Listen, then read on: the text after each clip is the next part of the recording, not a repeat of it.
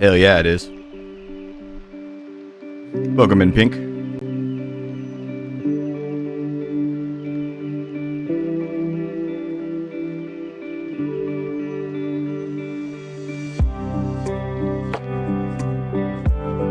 Happy Monday to you as well.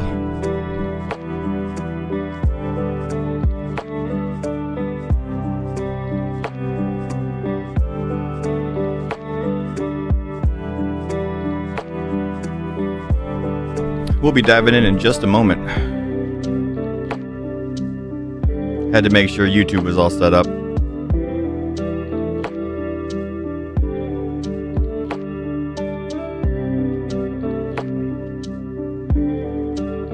Yeah, I have been well, I can't do the DJ streams, but I've been doing the dual streams for a while because I realized, Carter helped me a little bit with this, is that there are some other options outside of Restream.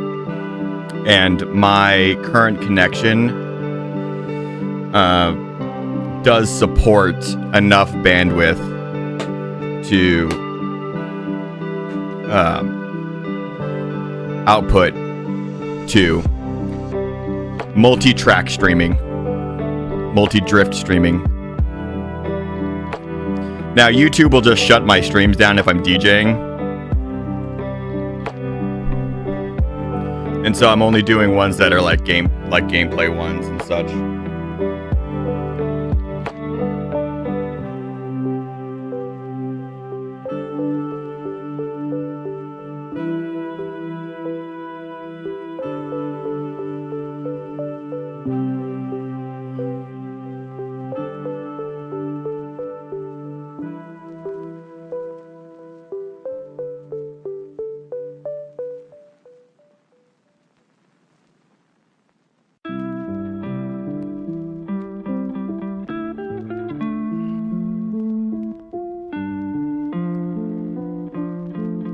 Luckily, nothing that everything that I'm playing, well, I guess I shouldn't say is royalty free, but nothing that I play in my lo-fi playlist has ever been picked up by an algorithm. Because theoretically, there are license holders for video game music, but between key changes, speed differences, the melodies and other noticeable parts aren't there. I know I've seen a lot of other streamers use this stuff, and there seems to be some acceptance. All right, but let's jump in a little bit. I will admit that the intro these days does feel a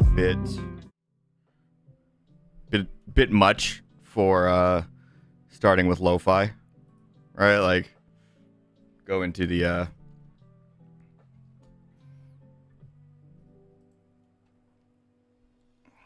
we're actually gonna need this one. Okay, here we go. So today I'm working on goal setting for myself, and wanted to go over my process a little bit because I've been doing this, I would say, in a fairly serious way for 10 to 15 years, ever since I was 20 years old, and I decided to kind of get my shit together a little bit. I've read a lot of books. I was a personal trainer. I won Best of South Sound. And the South Sound is the region where I lived and operated my studio for 3 years. And I had a lot of very happy clients. They were unhappy when I shut down because although I'm quite good in the physical training route, personal training and all that, I am shit with money and some business aspects. Mainly the money part. My finances weren't great. And it's a tough business. It's a very tough business. You have to have a lot of money in reserve for the low periods.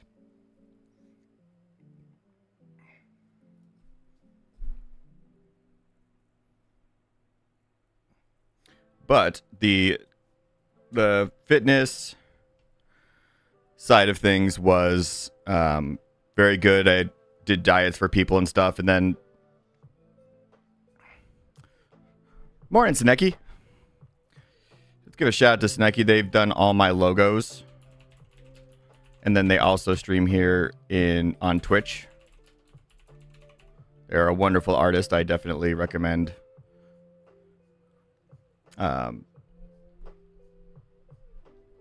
commissioning them for work. And by the way, if that static comes back, please let me know as soon as possible. I messed with my settings. I did what testing I could, but I'm definitely interested to hear if that comes back. So yeah, don't hesitate to let me know about that.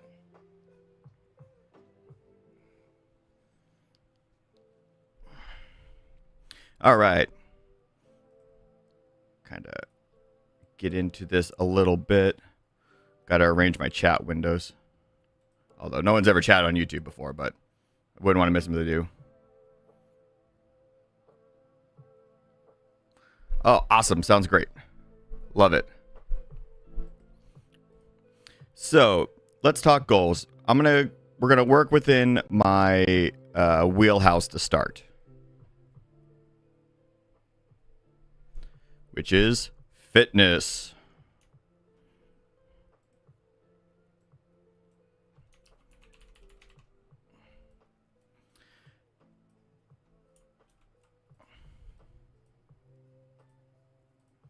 So the best way that I have found to do goals and the like for myself is to pretty much get to start with the biggest thing and get more granular, right? What is the overall goal? And then as you start to drill down and you start to distill that idea, you can start working on what is actionable. As Seneki, you absolutely can if the title of my stream says Fitness Q&A.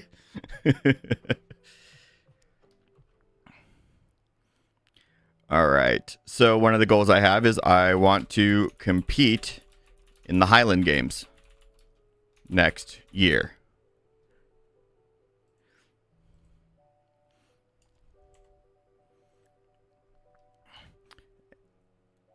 And then my other goal is really own the title of Muscle Wizard.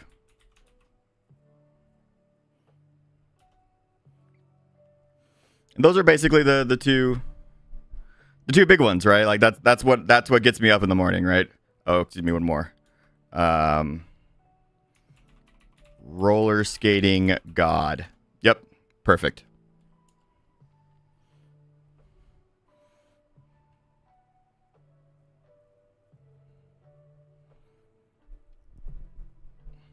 Yeah, that's why you start big. You start big. High concept is great. I've always felt that when you're setting goals, getting your imagination to run wild is great. Head in the clouds is not a bad thing, in my opinion. And that's because I'm very spontaneous and my imagination is kind of like a bull in a china shop. Yo, like, bring back Heelys. Come on, people. Heelys should have never died. They should have been default on every shoe. Heels, Heelys. Heelsies. I'll let that one go. And then when you get your goal, you know what you want. The picture is, this is where you drill down. This is where you go from high concept to how are you going to get there? What are the challenges that you are going to face? What are the things that you need to overcome? What are the things that are going to get you from point A to point B? Right? And so I take each one individually.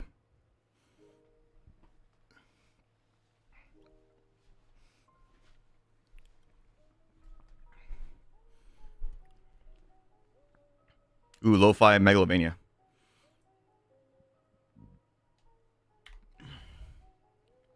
So for the Highland Games, I'm going to need to start training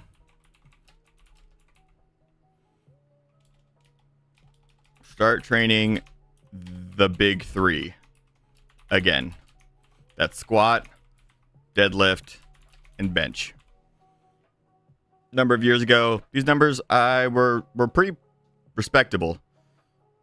I was like 15 pounds from the 432 club, which is 2 plate bench, 3 plate squat, 4 plate deadlift. My bench always lagged because of like my bad posture. So I was always like 10, 15 pounds off from 225.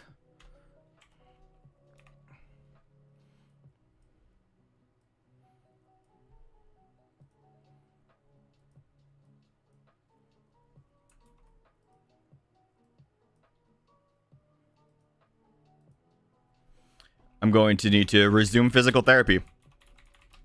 Henry, how are you? Because the Highland Games are very... Oh, wait, hold on.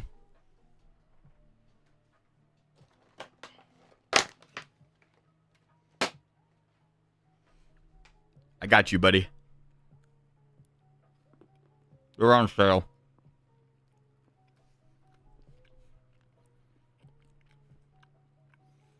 Has anyone ever done this, Henry? Just like ate a cookie on stream in front of you because you were here?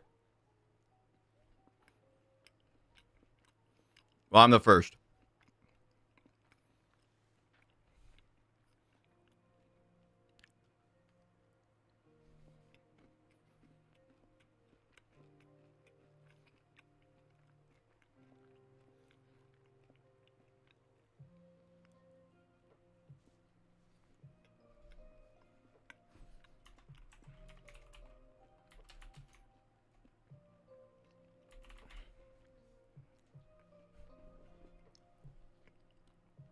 I'm glad that you appreciate it. I'm going to need to find a coach because these events are multi-joint movements. I can train myself in powerlifting, squat, deadlift, and bench because I did that for so many years, but caber toss, stuff like that, and essentially hurling a 52 or 56 pound kettlebell over my head, I'm going to need to find a coach so I can learn how to do that safely.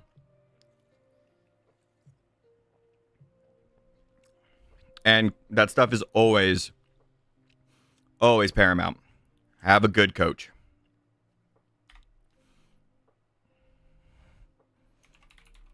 So I'm probably going to need to move to a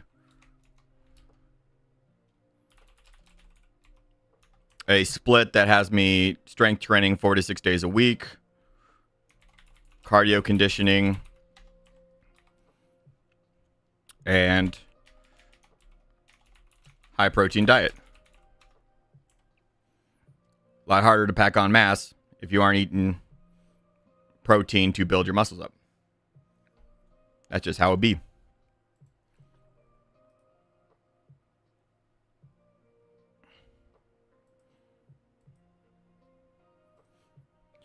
And let's see, Highland Games. And you know what? So let's now back up a little bit. Because I don't do things in order, ever.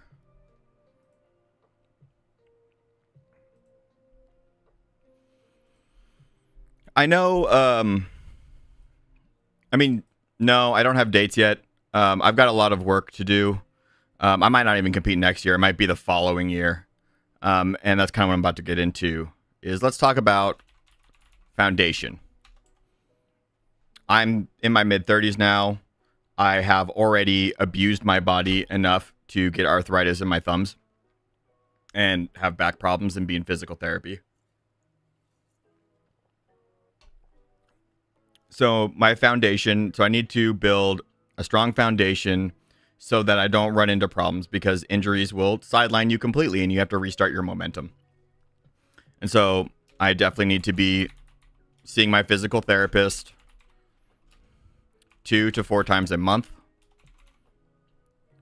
so that we can address imbalances, movement issues, stuff like that. Vitally important. See my actual therapist at least once a month. I haven't been seeing them lately, but I know between school and the higher workload and the stuff that I'm doing, having that communication on a regular basis is going to do wonders for staving off depression, negative self-talk, all those kind of things. And once a month is going to be a minimum.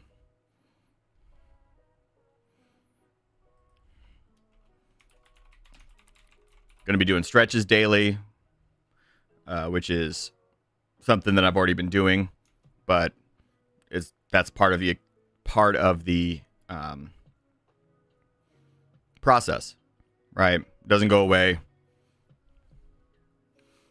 And these things, as you build out, if you're looking at your goals and you're putting them down on paper, you're going to come back to them and you're going to rearrange and you're going to move stuff around. But I always feel very strong about doing things that give you a good foundation. Because I rush headlong into things and then I run into massive problems, right? I can't squat if my back is just on fire. I can't stream if my back hurts because I did something wrong in the gym, right? All these things are connected. Everything you do builds like a web of interlocking threads. And each thing affects the other thing. And so you can't negate your... you can't put away the basics for what might seem like something more advanced. Oh, and I need to build some financial security, right? Like I need to make sure that I have all my ducks in a row and a way, because once I have a habit of my financial aid running out a month before the next quarter starts, and that last month becomes hell. I have finals, and I'm also like, oh fuck, I need gas money, right? When you have those goals, you need to keep those things, at least for myself, in check. And when I talk about the stuff in this, it's for me. I can only speak for myself, and I can only hope that the experience and that the things that I use and do will help you as well. But I follow this in a big way. Bruce Lee said, I'm paraphrasing, take what is useful, discard what is not, add what is uniquely your own. And I have followed that for a very long time because no one has all the answers for you. You are 1 in a million, 1 in a billion. There's no copy paste for how to get from point A to point B. And the stuff that I have learned feels very counterintuitive to a lot of traditional stuff, and I'm going to show you that. But that's the stuff that works for me, and it works really well. Right?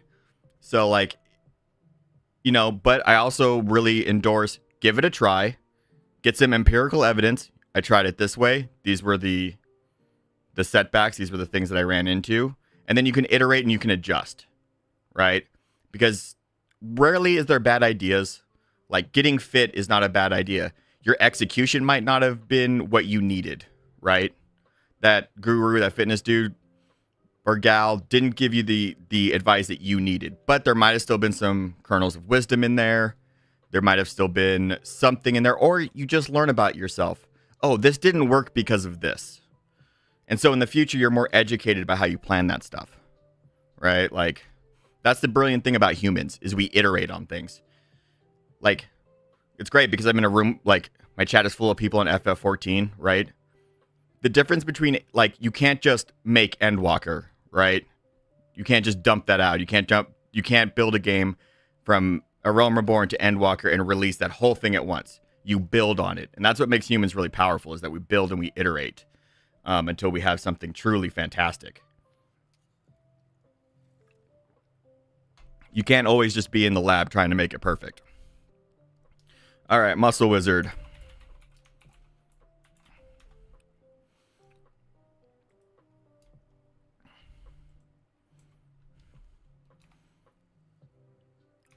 Focus on the big three. Work on my powerlifting total. That would be kind of my meta goal, is how much I'm benching, I'm squatting, and I'm deadlifting.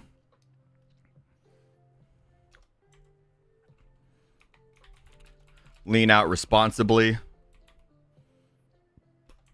And do not deprive myself of happiness. And that's just a personal one, because I did do a bodybuilding show. I was on stage. I was not the most impressively sized individual on there. Not being roided out will do that.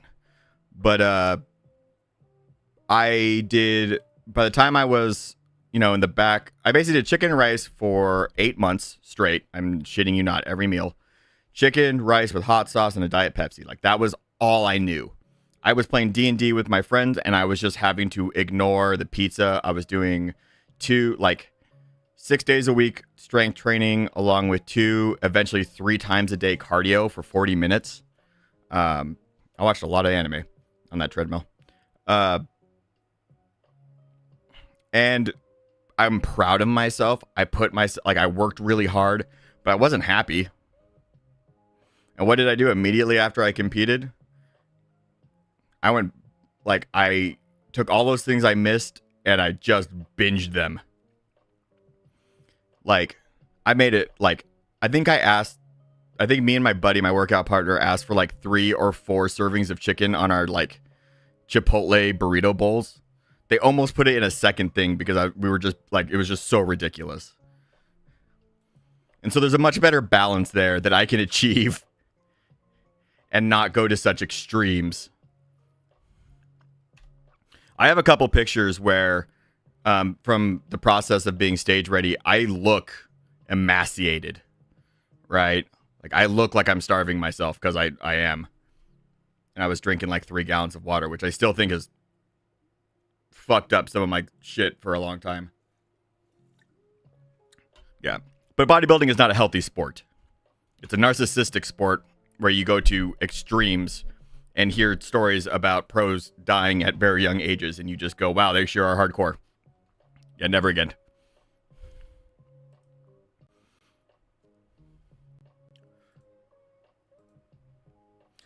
All right, and then Skate God. Well, luckily I've already got rollerblades. I've got all the safety gear, including for my hands. I've got some fingerless gloves that have these metal plates right here. So if I were to fall and catch myself, none of that is going to break my wrists. So I've got safety equipment. So I guess the goal there is once a week to the skating rink, to Skateland, which is the local place. It's out in Olympia. So it's a 35-minute drive one way. And, a big thing will be my physical therapy because I'm not good on skates. I'm shit at them, actually. And every time I've gone, usually my back is yo, what the hell, bro? So I got to be, definitely have that. And you know what? One of the things I need to add to my foundations is ab training. My abs are weak because I sit in front of a computer a lot. So I need to work on stability. I need to be planking more than I already am.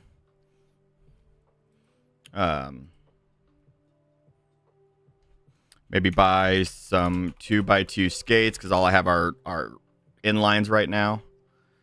And those might be a little bit easier on my body. So another thing I need to add to my foundation is that I need to continue to do stuff like trigger point release. That's if you haven't heard of that, that's foam rolling or taking one of those little gun massagers to a problem point and loosening that muscle up.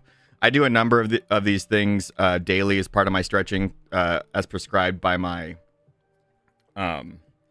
physical therapist, but I also know that there's other problem areas that I have that I can be addressing. And I know that the imbalances that I do currently suffer from might be exacerbated by skating, right? And one of the things that's nice about one of the things that about why is skating on there? Well, one thing I like to do it. I like to do it since I was a kid. I didn't get to do it a lot, and so there's some nostalgia there. I like that feeling of gliding to the music, but also it's cardio that I enjoy. I don't like cardio generally. I've growing up, we had to run the mile. We had to do long distance runs and stuff, and I hated it. I did do the only sport that I was kind of okay with was swimming. But generally speaking, I don't like swimming's too, like swimming is so much work to do as like a regular cardio thing. So I just don't want to do that. Right. That's a pool, a shower. That's chlorine in my beard every day. God, that would be awful. Yeah. And I have a bike. I have an e-bike that I really like. And so during the summer, I've been doing my best to take my bike out. It also can go fast enough, thanks to that electric motor, that it kind of scratches my motorcycle itch, because I can get it up to like 25.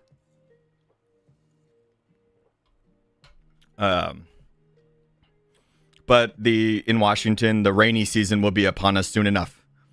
And unless I want to be like wrapped up in specialty outfits to combat the rain, the bike's going to go back in the garage for if I go to Skateland on the regular. You know, I've thought about that too, Skip. Those treadmills for underneath the desk. I have looked, so I have a standing desk, so I'm like already halfway there. The problem that I found with them is twofold. One, they can still be really awkward to use your stuff, right? Like walking and like kind of finding that pace where your hands are over your keyboard properly. And that all the ones that are being made are burning out in a year or two. Like I went on the subreddit, and Reddit has generally been my best place to find reviews for stuff. And everyone's just like, yeah, mine's great. I guess replaced it after 2 years. So that just doesn't seem to work.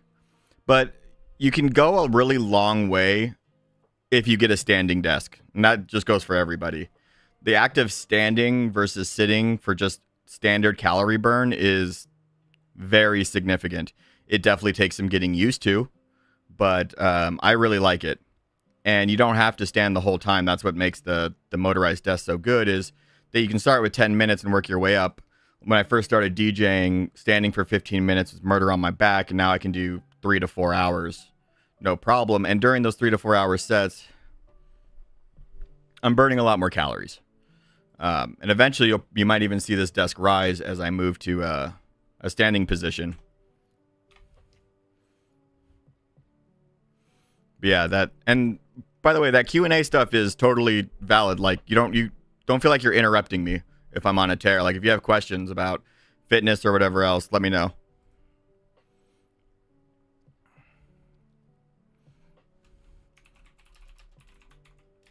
Guitar. Focus on good form. And proper ab engagement. If my abs are engaged, my back won't hurt.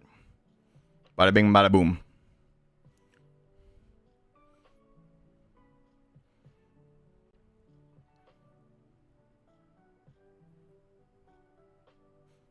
Henry, you just made me stand. Look at me go. I'm sending ripples through the community. Well, I guess if you're standing.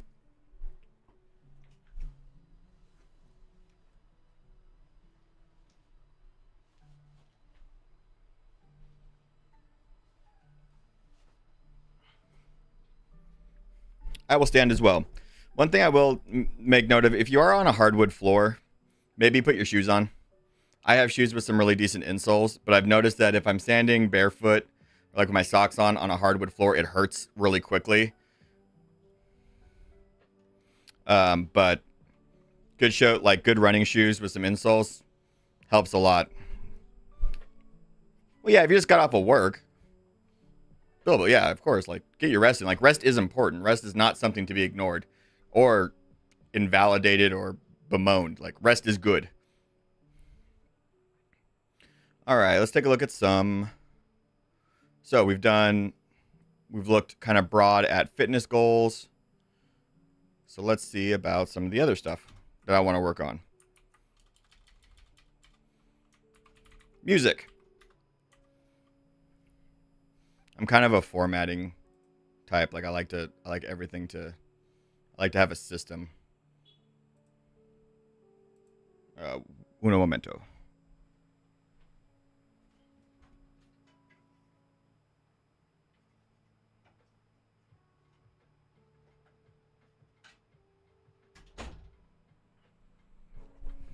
I have a little sign so my family knows that I'm streaming.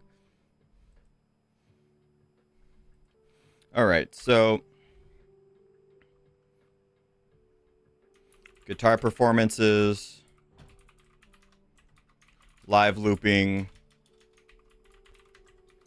scratching, and music theory.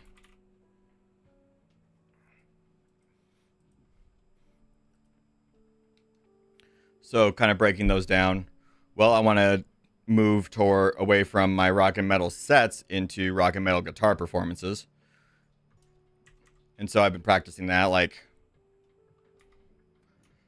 and generally my plan for that, since this is already something I'm kind of already got going,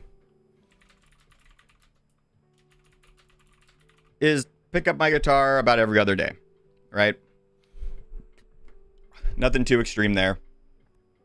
Some days you just don't feel like it.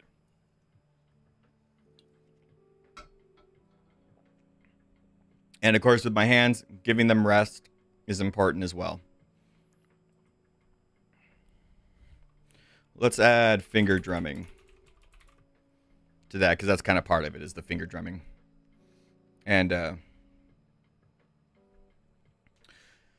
so my hands, so the problem with my hands is like a very multifaceted issue, because it started with the fact that I had undiagnosed anxiety for most of my life until I was 27. And so I just like white knuckled everything. It's how I burned out my jaw, why I have TMJ, is because I was basically just like clenching my jaw 24/7. I was just a very tense person, right? And so when I started playing guitar, I was just gripping the shit out of the neck. I used to do it with same thing with video games. They're like, if I was prone to like outbursts of anger, I probably would have snapped a controller in half. But instead I would just like clamp down. And so they told me, yeah, you're probably not playing the guitar again. But the problems with my hands and stuff was made worse by my anxiety, but it also had a lot to do with postural and technique stuff. And over the years since my diagnosis, I have worked on that a lot. And one of the issues with my wrist was that my shoulders were so rolled forward, I was impinging some of the tendons and nerves. And so my hands weren't able to work in a healthy range of motion that moved stress into my thumbs because of how I was compensating. And so as I did my physical therapy and then my hand stuff, I was able to start to perform and play the guitar again in healthy positions.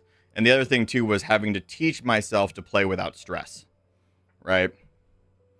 Sometimes you'll see me stop and like kind of like take a deep breath, because I'll get focused on trying to do something or like a riff, and I'm clamping down again because that's my body's natural response.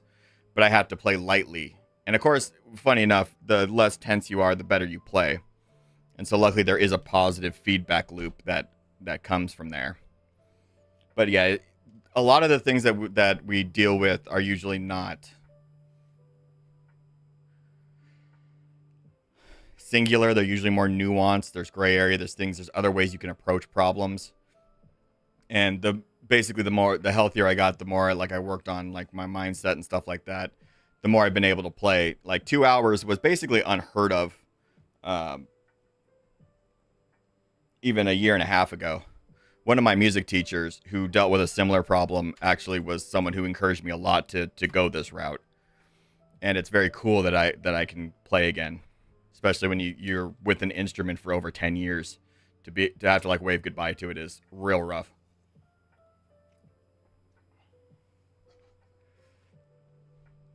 So live looping finger drumming, that's kind of where I'm going with my DJ stuff. But there's a lot of practice I got to do before I can make that to a level where I could compete with a DJ, right? And so like daily rudiments for drumming, and even just just the act of staying on beat and doing like counts in my head. So sometimes your goals feels like you need to have like this dedicated time and energy, and sometimes it's just like when you're in your car. Like if you're listening to music in your car and you had music goals, you can go a long way with just like listening to a song and going 1, 2, 3, 4, 2, 2, 3, 4. And then you can kind of make it more advanced. 1 and 2 and 3 and 4 and 2 and 2 and 3 and 4 and 3 and 2 and 3 and 4. And move through those things so they become second nature in your head. Like you can run like a subroutine. Those kind of processes and stuff can be very, very powerful. There's actually, it's funny enough that you can actually go to bed with a metronome playing and it'll help your brain. Like it won't, it's more useful for beginners. But yeah, it has shown scientifically to improve individuals' rhythm or sense of time. Now, if you try to do that with a Tool song, don't. You won't have a good time. You will be wrong, most likely, the whole time. Especially if it's from Lateralis. I think it's Schism changes every bar. It alternates between 2 time signatures. It's wild.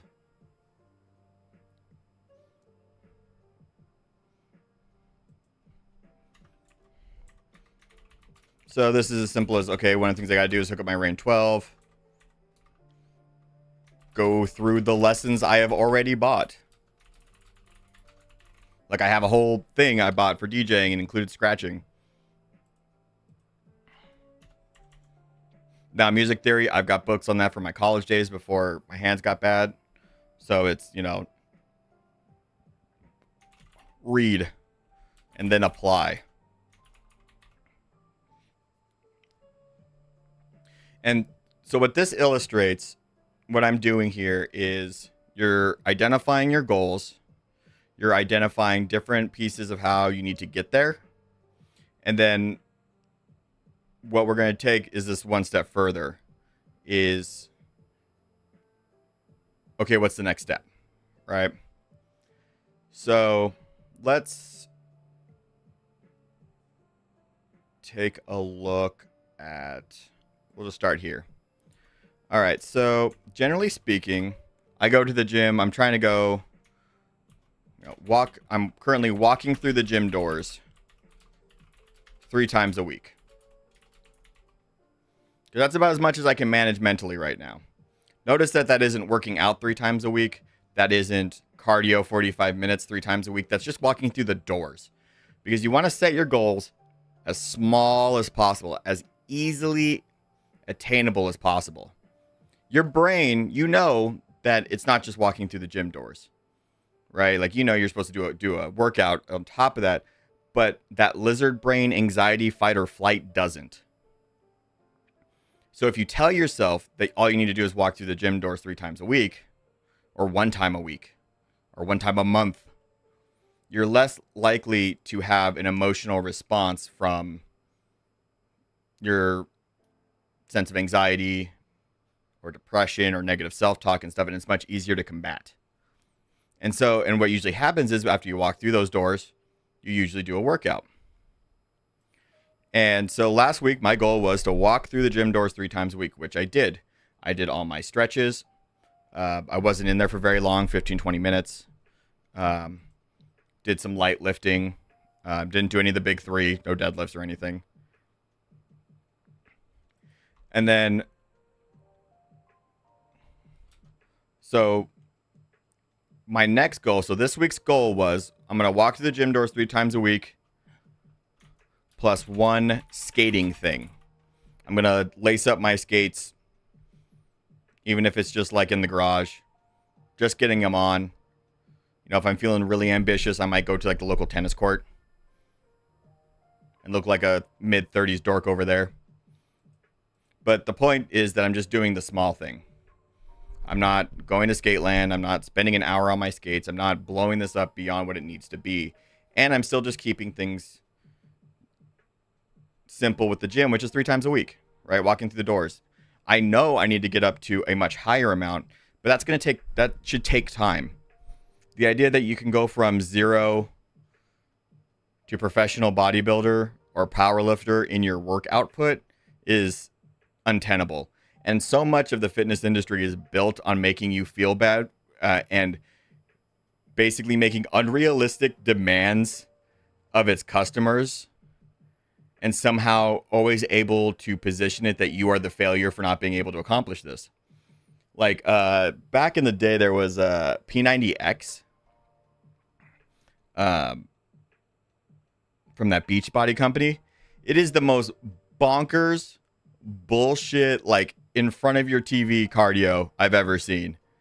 I mean, it was literally just made to beat you up, and it was like marketed towards people who hadn't like gone for a jog in 5 years.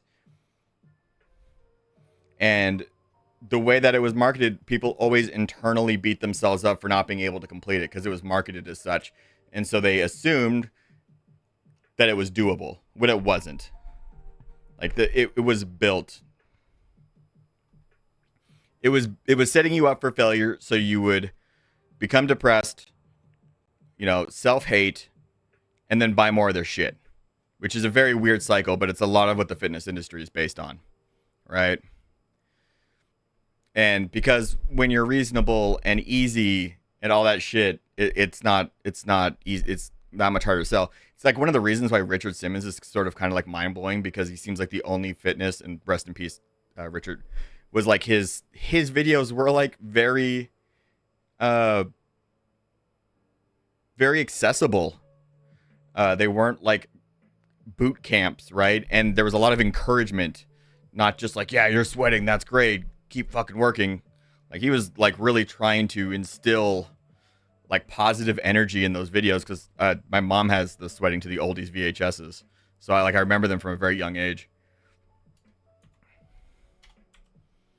And so when it comes to fitness and stuff, we tend to really set goals so much higher than is realistic for each individual person.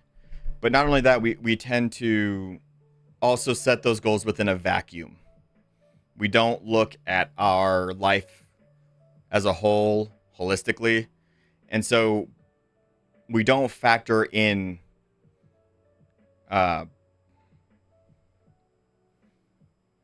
responses to those things.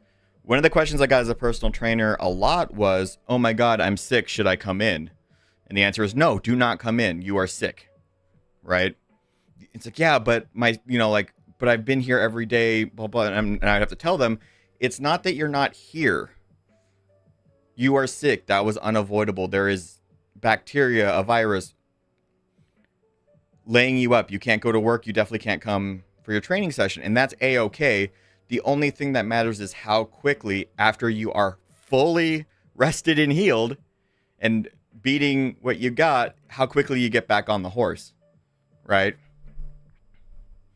Like if you're puking, you shouldn't be benching, right? Like that's just not how it works.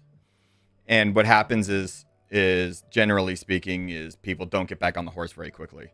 There's a process, and that's usually because when they're sick, they find out that they are usually stressing themselves out too much.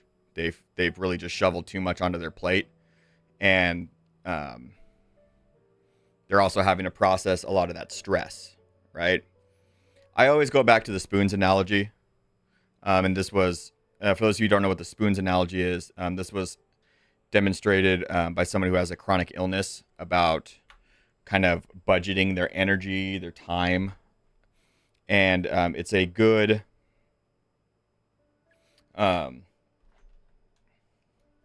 it's a good way to think about your day to day. So if you have 10 spoons, and that represents your energy for the day, what you are capable of doing, certain things that are outside of your control might take away spoons. Oh, they were doing work outside the house, so I didn't get a lot of good sleep. So maybe you're at 8 or 7 spoons. Or, you're dealing with a really heavy life thing. That's 4 or 5 spoons. And so what you have left might just be enough to get through your job and feeding yourself. And so, like, your fitness and your other goals just aren't reasonable to be tacking onto that, right? And what our culture tends to say is, oh, that's a problem with you. You don't want it enough. You're not disciplined enough. You're not determined enough. And the people who power through that usually don't have healthy relationships with themselves. I have found, not all the cases, I'm not going to speak in sweeping generalities, but there'd be some self-loathing going on every now and then in those circles, especially when you're surrounded by bodybuilders. Like you can't, like you could never, like if you, like a lot of bodybuilders start because essentially they hate themselves in some way. They like, it's not that they felt that they had a way to improve, but they had an incredible and immense dissatisfaction with their bodies and themselves. And that's something we can all relate to. But you can't outwork that. You will always move your anxiety, your brain will move that goalpost. It will never be enough. Oh, you made it all the way to a bodybuilding stage, first place. Well, guess what? Your brain's not going to tell you, well, that wasn't a big enough show. Your competition was lame. They were amateurs. And so having a healthy relationship like that with yourself, your body, and also being able to tell yourself that it's okay, that you don't want to do this, can take some serious deprogramming. And that was something that I've gone through over the years because I started in that same place where I was immensely dissatisfied with myself, and basically out of spite, I did everything. And since my studio closed and stuff, I've had to rework my thinking an extraordinary amount to overcome that.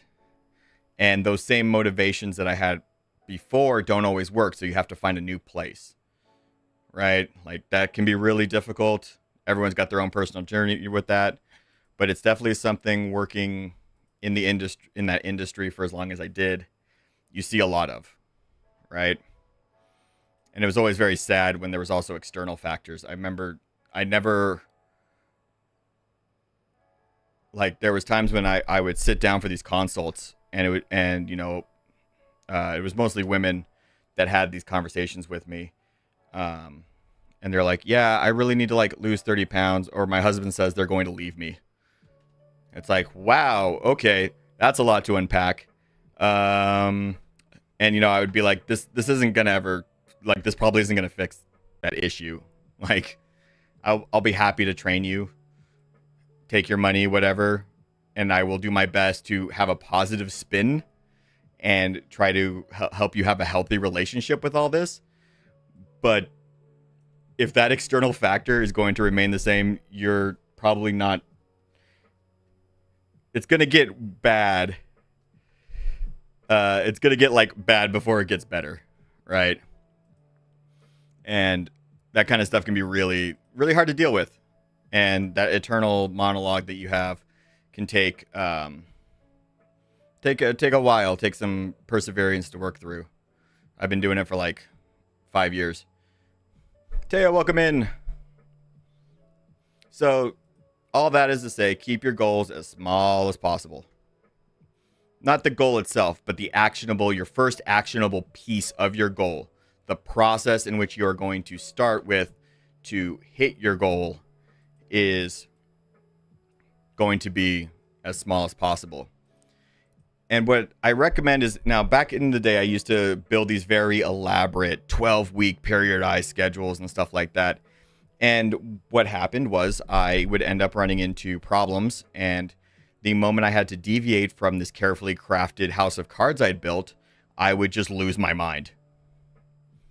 My anxiety would go through the roof. I'd get way into the negative self-talk, and I would start like dreading shit, right? Like, oh, there goes all my plans. Baby out with the bathwater, whole 9 yards. And so one thing I did for myself is I stopped planning so far ahead. I took it a week by week, right? And this realization started with my very first fitness thing I really try to do, which was couch to 5K, which is very common. It's a running program to get you from just sitting on the couch to running a 5K. And it ramps up in difficulty pretty fast. And now what it says in there is like, if you can't complete, redo the week. What it should say is if you are pushing yourself very, very hard to complete this, repeat the previous or current week. And that's how the human body works. You're adapting to a stimulus. So you need to be able to go, okay, 3 times a week is still my limit. I'm going to sustain. I know I want to be at 4 times a week, but this week is not the week to try and push for that, right? And so I tend to work in a little bit more immediacy, because I'm also a very spontaneous person. Like, take today. Mondays are normally a day I go to the gym. I'm not going to the gym today. I'm going to go tomorrow because I went to the Ren Fair and I'm still a little pooped from all that. And it's good because I can adjust and adapt. Now, the other thing that I've started doing, and you can see this on the other camera, the one facing my desk, is this little notepad right here. So one thing that I found, and maybe you find the same issue, when I have daily goals, right, other than streaming for some reason, don't ask me why. If I say I have to do something daily, go to the gym daily, anything daily, it becomes what my brain hears is you are not allowed to be happy until you've done all these tasks that you've assigned yourself, right? No rest. We're going to make you feel bad for playing video games. Nothing. And that is whatever going on inside my brain case, whatever's going on between my ears doesn't like daily goals. They revolt. And so what I did was I started making a quest log. And that wasn't just like a nerdy dorky thing. But I started calling it that because in MMOs, you have tasks. And especially, and I'm going to speak directly to FF14. You have tasks, but they don't have due dates. Right? That quest can sit in there as long as it needs to be. And you get full completion credit if you do it or not. Or excuse me, if you do it at any point, right? Raid, side, all that kind of stuff. And I found that by positioning it as such, and I have my little thing here on my Mac, on my notes thing of my quests, which are just things that I want to do, but I don't assign a time or a day or that I have to do so many per day, because on some days I'm going to be working with other shit, right? Like I'm going to be focused on something else and I want to lean into that focus. ADHD has hyper focus, and if I can channel it into a goal, I can get a lot done in one day. But if I undercut myself by beating myself mentally because I haven't done like this other arbitrary list I've made, I just end up counteracting all the good I could have done, all the work I could have done, essentially effortlessly. And sometimes that stuff sits on this list for a week or two, right? And that's okay. And then what this notepad is it's a simple notepad, and it's one of those ones that has like the line down the middle. And on one side, I write down everything that I've eaten, not calories and stuff, just that I ate it, or drank it, like just so I can keep track of it. And so if I want the nutrition stuff, I can go back and I just use little hash marks. Like I've had 1 can of Monster, 1 can of Diet Pepsi. And on the right side, I write down everything that I've done that I feel is like a positive thing. So like positive being like a productive thing. Like I don't always write down, like I rarely write down FF14 things unless it was something I'm like super stoked about, like getting my elemental armor. Yeah, I wrote that down because I was fucking hyped. Right? But like today, so far, I've made my bed.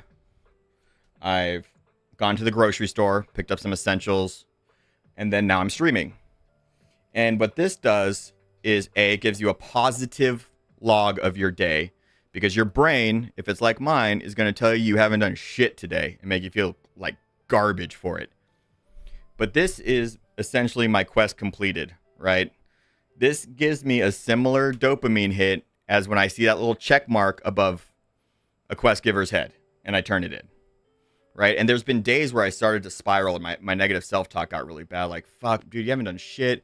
You bought an FF14 all day. Like, you spent like 6 fucking hours, right? And then I'll look at this and I'll be down like 9 lines. I'm like, wait, no. I did all my laundry, folded and put away that shit, made my bed, like showered, all that kind of stuff. Anything that has like a pain in the ass factor that I overcome and did, I put it on there. Oh yeah, I've already done my guitar for the day. I don't have that shit to deal with. And that helps a ton. So instead of it, so, and what the reason why that works for me is that certain tasks feel like a debt, right? Like a daily task feels like a debt that I'm trying to pay every day, a deficit that I'm trying to fill in, a hole with dirt. This is like a positive thing. So every day I start off even keeled. I don't have anything that absolutely needs to be accomplished, but I have ideas. I have things I could do. And whatever I do get done, I write down, and then I feel positive, like I'm building, right? And that is a very wonderful thing for my brain. And that's something I had to suss out for myself, because everybody, every book that I talked to, every book I read, every guru that talked at a TED thing was always saying about making these lists and these tasks. And like even the simple ask of read 5 pages a day became this weird nagging thing in my head about a debt. Like I don't need to read 5 pages for my good. Like I have a 5-page debt I have to refill every day. And the other problem with that is that it didn't positively enforce the days I read more, right? Because I do things in bursts. I don't read 5 pages. I read 25 pages. And that 5 pages, like going through the gym, was just supposed to get my foot in the door, right? Just to get me going. But I also wanted a way to log things in a positive way. Like, yo, dude, today I read 60 pages. That's fucking dope. And I've got a little log here. And so whenever I'm thinking like, man, I haven't done shit this summer, I can go back through each page and be like, yo, no, this day you did this. Look at this. Look at all this stuff you've accomplished. And so if you have problems feeling like you've done enough, I really recommend this. It's a way to practice gratitude. It's a way to be positively holding yourself accountable without making yourself crazy. But at the same time, hey, if a daily list works for you, get it. Like I had to come up with this because that didn't work for me. I'll be right back. I'm going to grab another monster.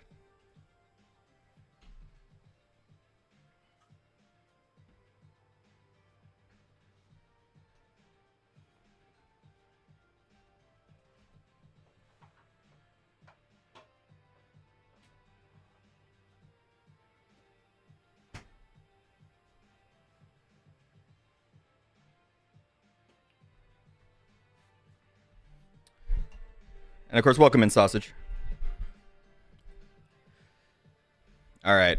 On to like another weird thing that I learned over the years that works very well for me.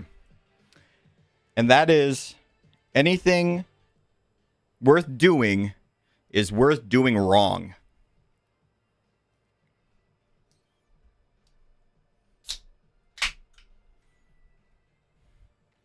Pausing for dramatic effect. Yeah, anything worth doing is worth doing wrong. See, previously, what my brain would have wanted to do is we would have written this whole thing out prior to the stream, arranged it, made talking points, and then, I don't know, 40% of the way through all that, I would have just said, fuck this sucks, and not done it. And this stream wouldn't have happened in the way that it does. And that is a large reason why I'm doing daily streams, is just to do it. Because doing the thing is better than thinking about doing the thing, even if you do the thing wrong. Action beats everything, right? I will consistently suffer from analysis paralysis if you let me, right? I will create notebooks and budgets and everything until I'm fucking blue in the face and exhausted mentally. But if I just kind of go, all right, break it down to the next immediate task, right? Don't think about the whole project. Just say, oh, I guess the next step is just this one small thing, and attack it without going into analyzing the big picture about how it all fits in, is better than not doing it. Because I can overwhelm myself very easily. And of course, things do require planning at times, and you need to do that kind of stuff. And if you don't find yourself in a position like mine on the regular, then I'm happy for you and jealous. But if the difference between Like, this is kind of a harm reduction thing, right? Like, if it's doing something versus not doing something in your approach, take the approach that has you doing it. Action, action, action, right? It may not be perfect. It may not be exactly what you want, but getting out there and doing the thing, you know, you may want, like, maybe all you have, you don't have enough for a gym membership. But hey, you got, like, I don't know, a sandbag or two. Or all you can do is walk around. And you may want to do a more complex workout, but all you can do is this one thing. Do that one thing. It's not perfect. It's not optimal. But you will still make progress. You will still be preparing yourself for what you want to do. So Sasha's saying, sometimes I motivate myself with food, like pizza. This is really common. Yeah, so like if you have ADHD, gamifying things, like giving yourself an immediate reward is really powerful. If you have ADHD and similar like neurodivergency, you need something telling you good job, right? And it's interesting because, you know, like there's been some studies shown just by like how immediate that needs to be. You know, as like there's been tests, 25 questions. You do all 25 questions and then you get your result. Is harder for somebody with ADHD than 25 questions where each question you get told if it was right or not. And this was a pretty significant difference.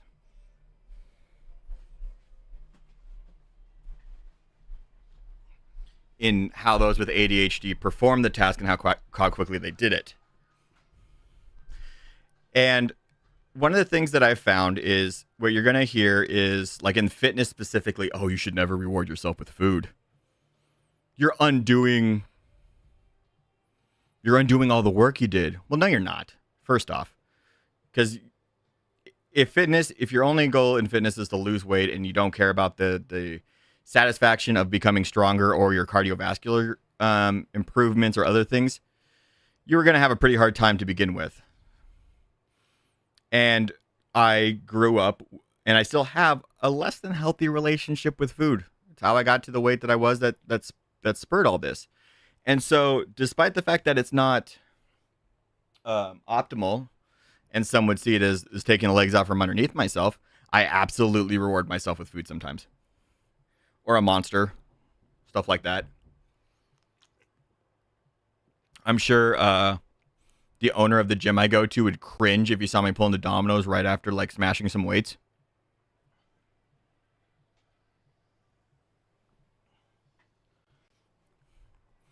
But if that's what works for you, I would recommend doing it and doing your best to make that work in the overall goal, because I don't believe in bad food. The only bad food is the food that poisons you or that you are deathly allergic to, right?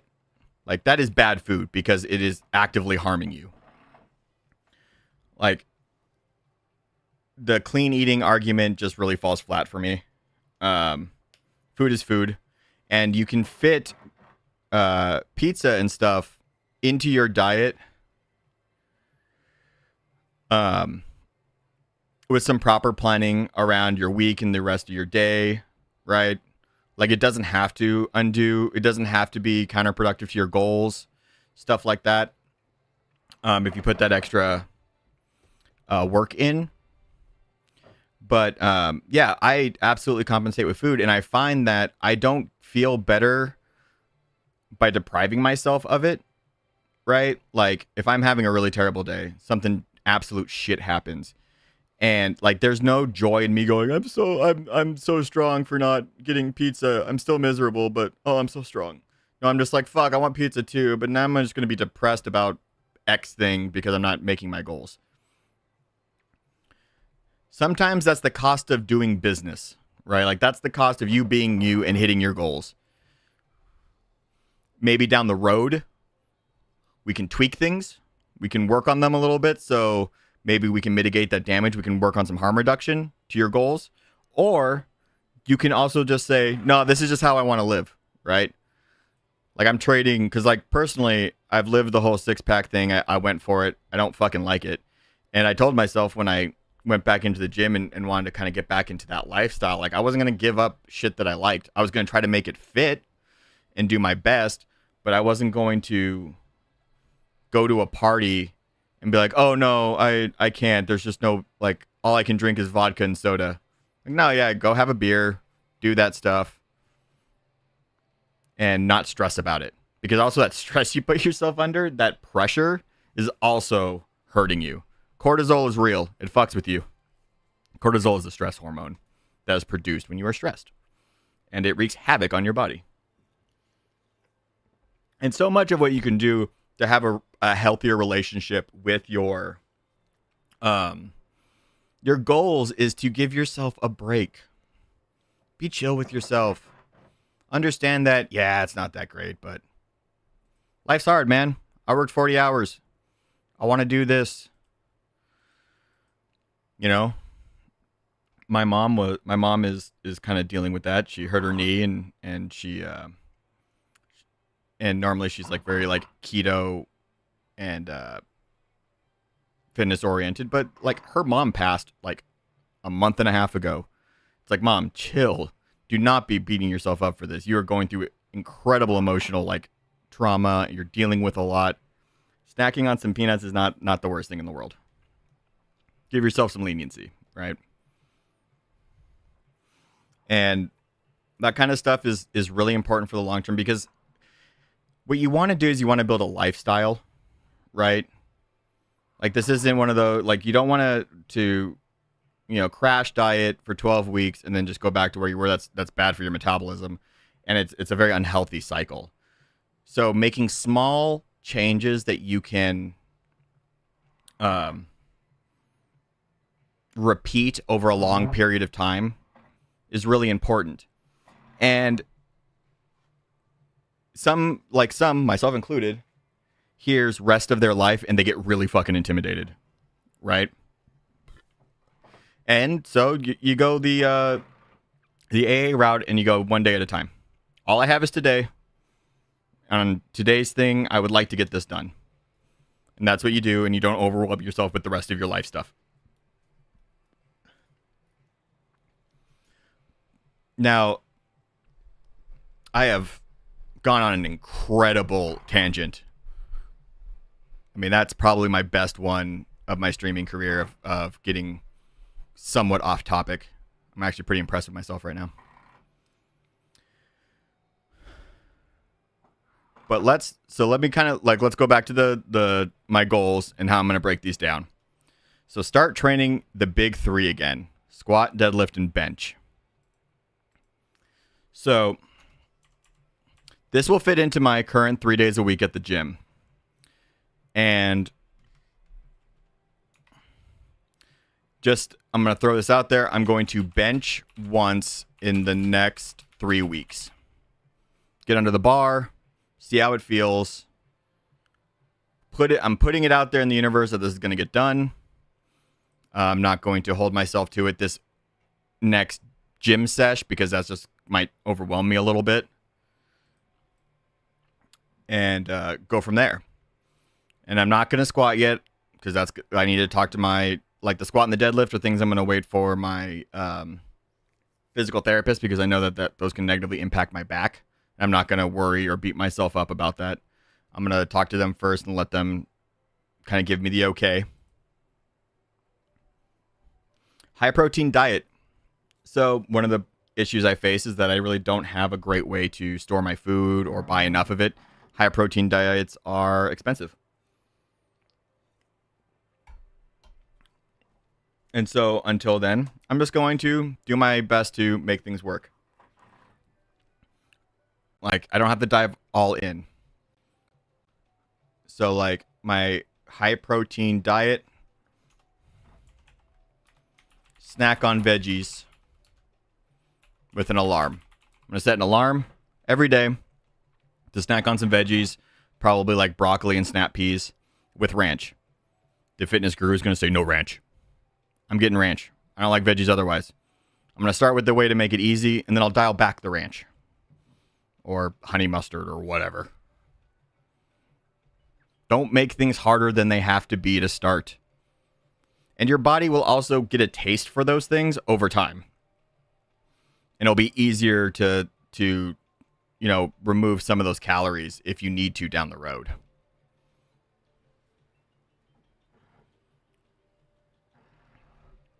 And so for those of you in chat following along, my number one thing to start with setting your goals, especially if it's fitness related, is 1, write them down. Write down what you want. And 2, start at the smallest, tiniest little nibble on that goal. Think of the smallest amount you want to do and then break it down further. Right? And if you find yourself completing that goal and wanting more, to do more, good. Carrot on a stick. If you feel like that will help give you some momentum if you're looking forward to it. Oh, but I could do 2 times a week, but I'm only doing 1. Well, no, you've reached your goal. And then when next week rolls around, you can take that momentum in and get those 2 times a week. Or 3, or however you want to space it out.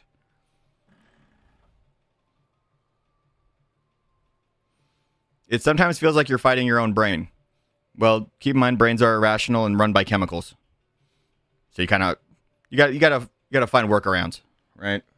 That's been my whole life. It's finding workarounds. So one of the things that another thing that I find really, really, really, really, really powerful. Oh yeah, you're just we're all in meat suits.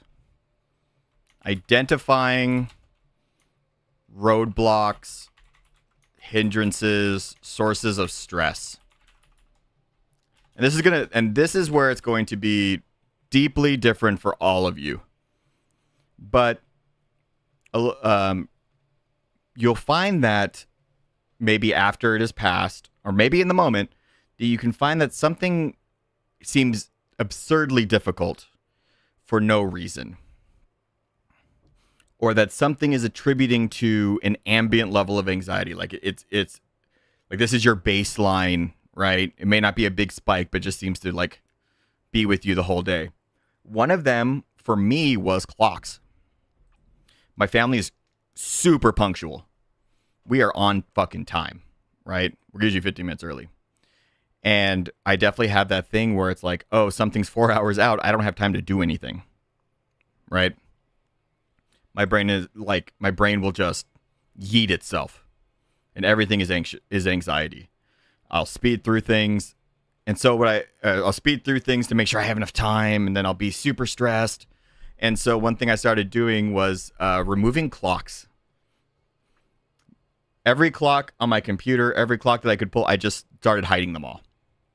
Because I found that my indication of if I could get something done was my energy level. Could I put energy into something? And then you might be going like, hey, but Gobby, how are you on time for things? Well, I set an alarm. I set an alarm about a reasonable amount of time to get my stuff together and leave for the thing and be on time. And that way I don't have to think about it. This doesn't always work. Sets and stuff still do that a little bit, but I've reduced that input a ton. And that might be something that you deal with, and that might be a viable solution. But I noticed that those things were making me stressed, and so I tried to find a way to get around it. And those kind of little tips and tricks, those little things where you tweak them and make your day a little bit easier on yourself, can snowball into a lot of success when you're hitting your goals. Because now I'm no longer stressing about when I go to the gym. I just go to the gym. And I find myself, I'll just kind of like, I'm probably driving my family nuts because I keep intentionally fucking up the clock in my car that I drive. But I'm not the only one who drives it. So they probably think there's something wrong with the battery, but I just keep fucking with it so it's not accurate, so I don't look at it. Like if you see me wearing a watch, rest assured it's strictly for fashion and it's probably not working. Or is wrong, just dead wrong. Because I found that so stressful. And so doing those things help a ton. You know, having your gym bag already made.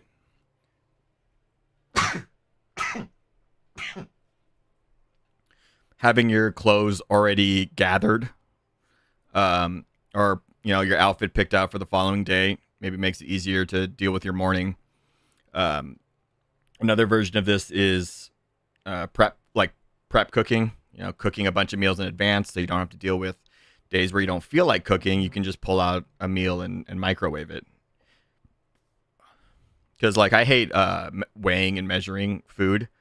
Like it's okay to do it like when you're doing it all at once, but like if I want a glass of milk, I don't want to pull out like a measuring thing just so I'm accurate, right? Like, oh, here's the cup, and now I have to wash this cup and do all this other stuff. I can do that all at once. Like even if it's as absurd of putting multiple cups of milk that are like pre-done in the fridge. It's dumb, but it works. And if people want to talk to me about it, it's my goddamn house and my goddamn fridge. Do what I want with it.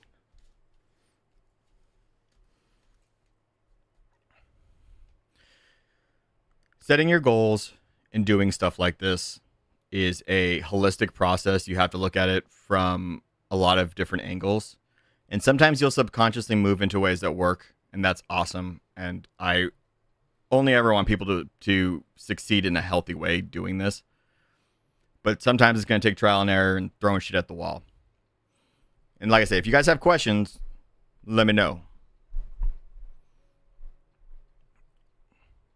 Like one of my big things with high protein diets is that I usually don't eat veggies. So I'm going to start with eating veggies before I start worrying about like all the protein shakes and other stuff.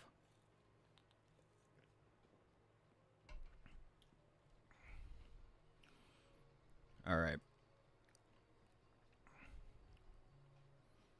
Let's see, where are we?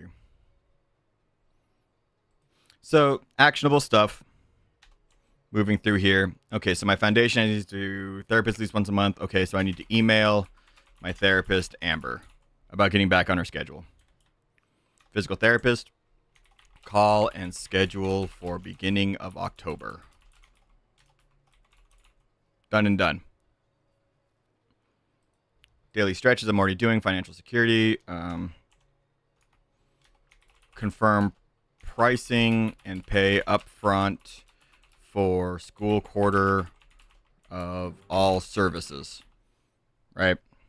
That way I'm not worrying where the money come from. I'm paid through until the end of the quarter. I don't even have to think about it. Easy peasy. Trigger point release. Keep lacrosse ball and massager at hand. Because most of the time when I do this kind of stuff is just when I'm idle. Like, I use my like when I'm just like playing FF14 waiting for Gaius to do his fucking monologue is when I like will try to loosen up my calves. Because I have nothing else better to fucking do.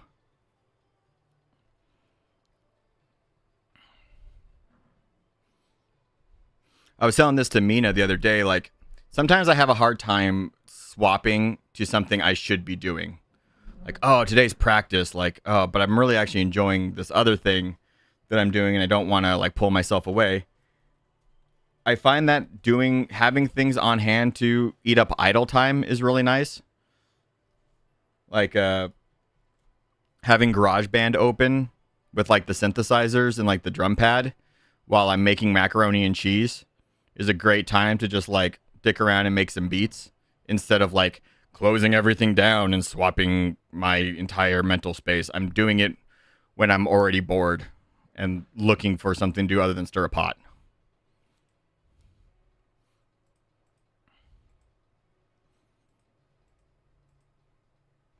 So work on my powerlifting total.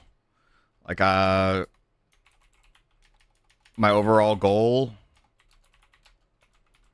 432 club. I want to hit that. I was really close to it. I'm going to do it. That might take me a long time. It might take me over a year, 2 years even, because I'm older and those adaptations are going to take longer. But that's the goal. I'm going to work towards it. Goals help you crystallize why you're doing something when you really don't want to do it. Wow, this weight sucks. My body's tired. Oh yeah, like I'm doing this because it serves this purpose. So once a week to Skateland. So check rates. Sock away the cash. I have a little stash of cash I use to pay. Pardon me. Something just sounded like it fell in the garage, and I'm going to make sure my dad's okay.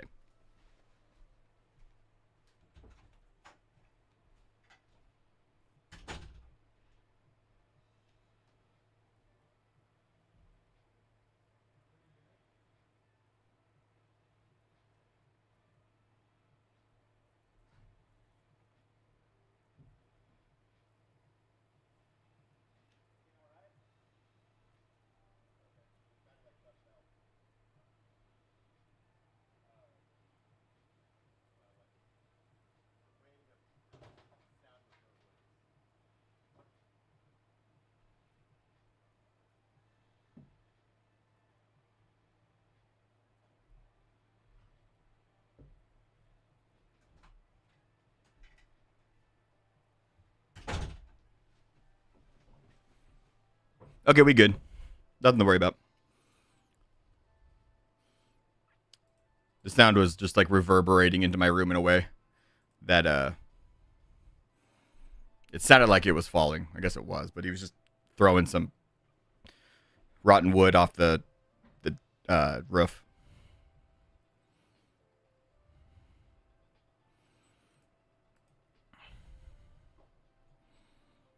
Okay. Let's see. Stream goals. Stream every day for 1 year. We're on day 12 of that. Doing good.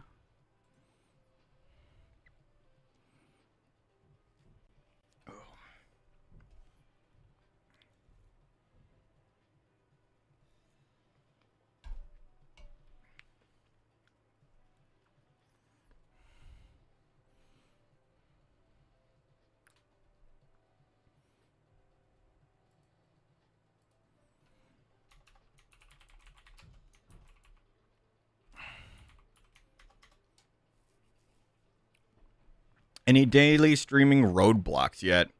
Well, the big one is, I suppose the subtext to that is that if I become injured or ill, I am not going to stress about streaming that day, right? Like if I have COVID or some shit, I'm not going to be like, hi guys, Gobby here. I'm sick as shit. Let's play FF14. Like, nah, I'm going to get my rest. Like, that's just how it's going to be. And I can say that, like, overnight things, if I want to do them, are going to be kind of rough. And I might have to, like, do some mobile streaming. Right? Like, if I was, like, camping at the Run Fair, I would have been cobbling together some solutions. But luckily, I only went for the day. But part of that is... one of the reasons I did the daily stream is just one of those ways that I could trick my brain into being less shitty with me. Building a schedule just ended up being an analysis paralysis thing. And over the course of July, I just didn't stream because I didn't have stuff scheduled. And I didn't like that. And I get so many ideas for content that I needed an outlet for it, right? Because if I was limited to certain days, I get weird moments in my head where I'm like, well, I can't do that because I only have so much time this week. It's just better for me just to go, fuck it, we're doing it every day. And I wing it every day. Because that's just the way I am. I am an improv type. At risk of doxing myself, I joke, my initials are BS for a reason. The king of bullshitting.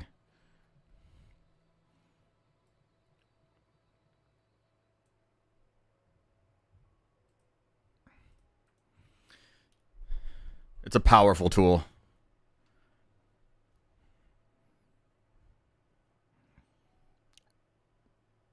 Are you bullshitting me? Because yours would have H in them.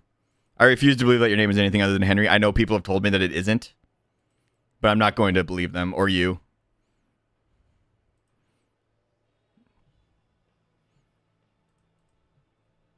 Why would you want to shatter my worldview when I'm being so positive on Twitch? You're killing me, bro. Henry, is it Henry?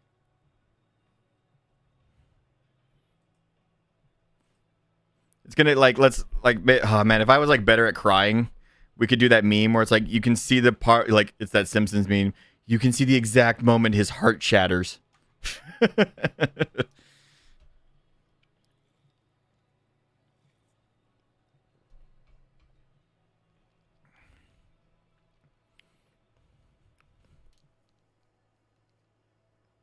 Well, we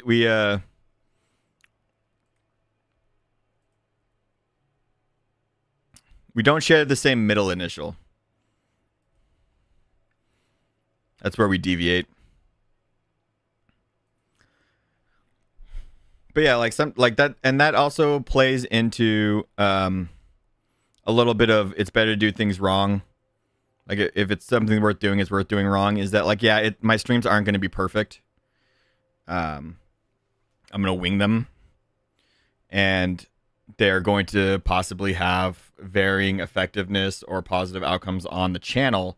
But it's more important that I do the thing than think about doing the thing.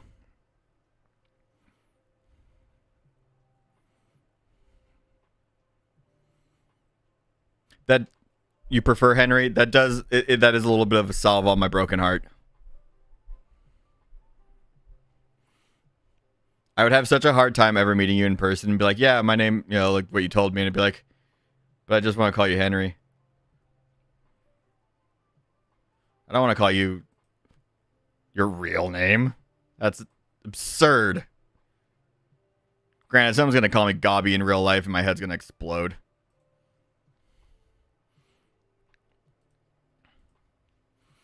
But I don't know where I was. Where was I? I was talking about a thing. Oh yeah, streaming every day.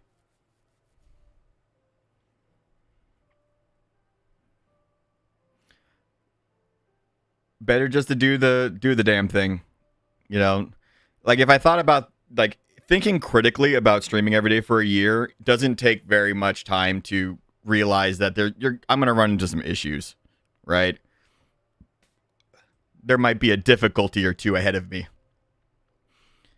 But that doesn't necessarily invalidate the idea, and there's so much good that I can still get out of it, even if I run into those problems, right? That would prevent me from streaming every day for a year.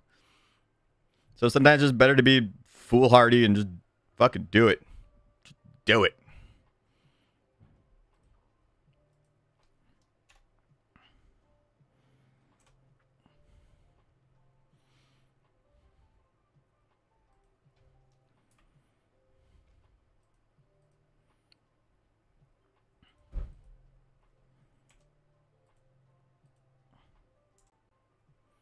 What are some other goals I have for the stream? Well, I'm doing the everyday thing. Oh yeah. Pivot my music acts towards what I was talking about, the looping and guitar performances. That's a big one.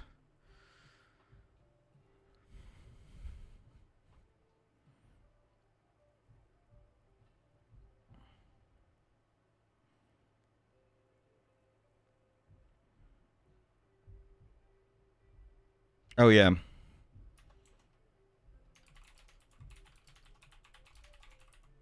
I want more stream avatar stuff. I want to flesh that out a lot more. I made some weapons and stuff on one of the streams like last week, but I'm not quite satisfied with them. They're not cohesive with the rest of the art style, so they need to be tweaked.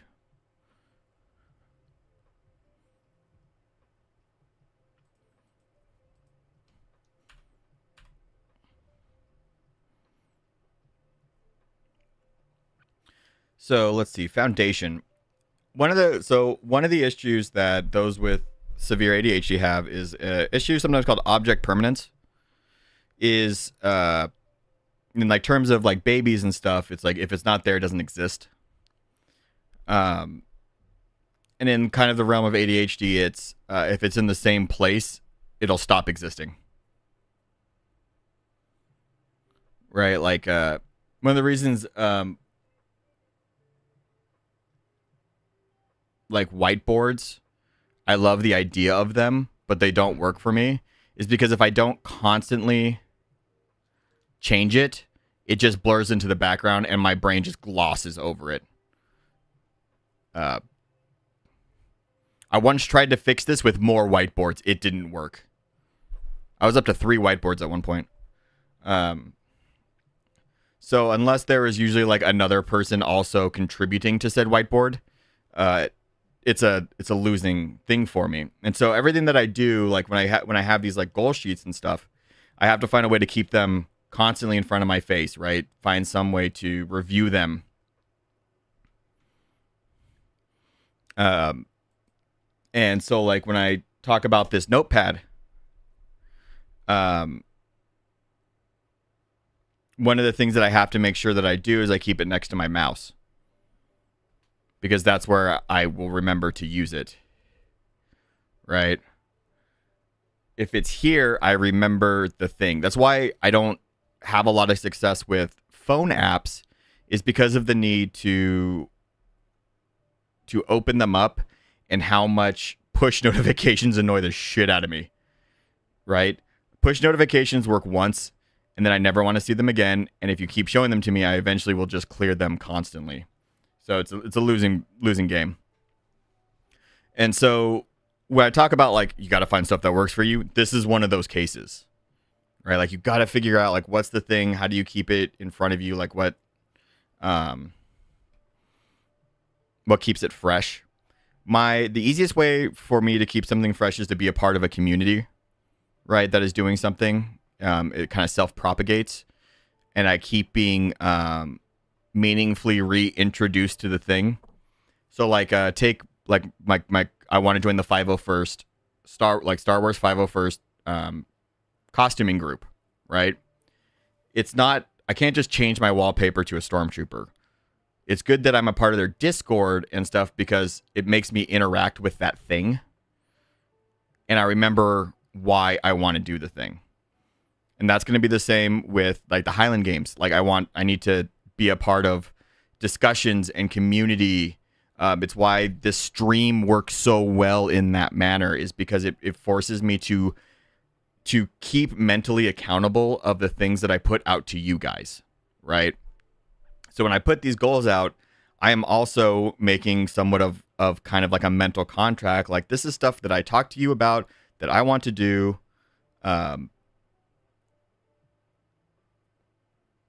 And show progress with, and by being accountable to you guys mentally, like, because I don't like to let people down, so I'm also kind of like just like retooling my anxiety a bit.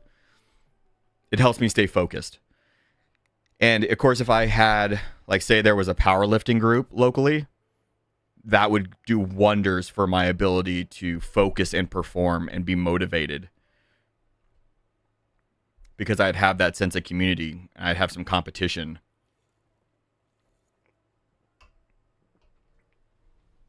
Now, you may not give a rat's ass about any of this, and that's valid. Just don't tell me. I need the illusion.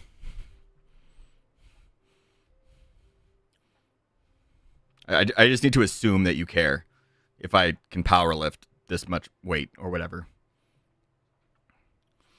And that's also the reason why I did the daily thing, just to kind of like tie it all together.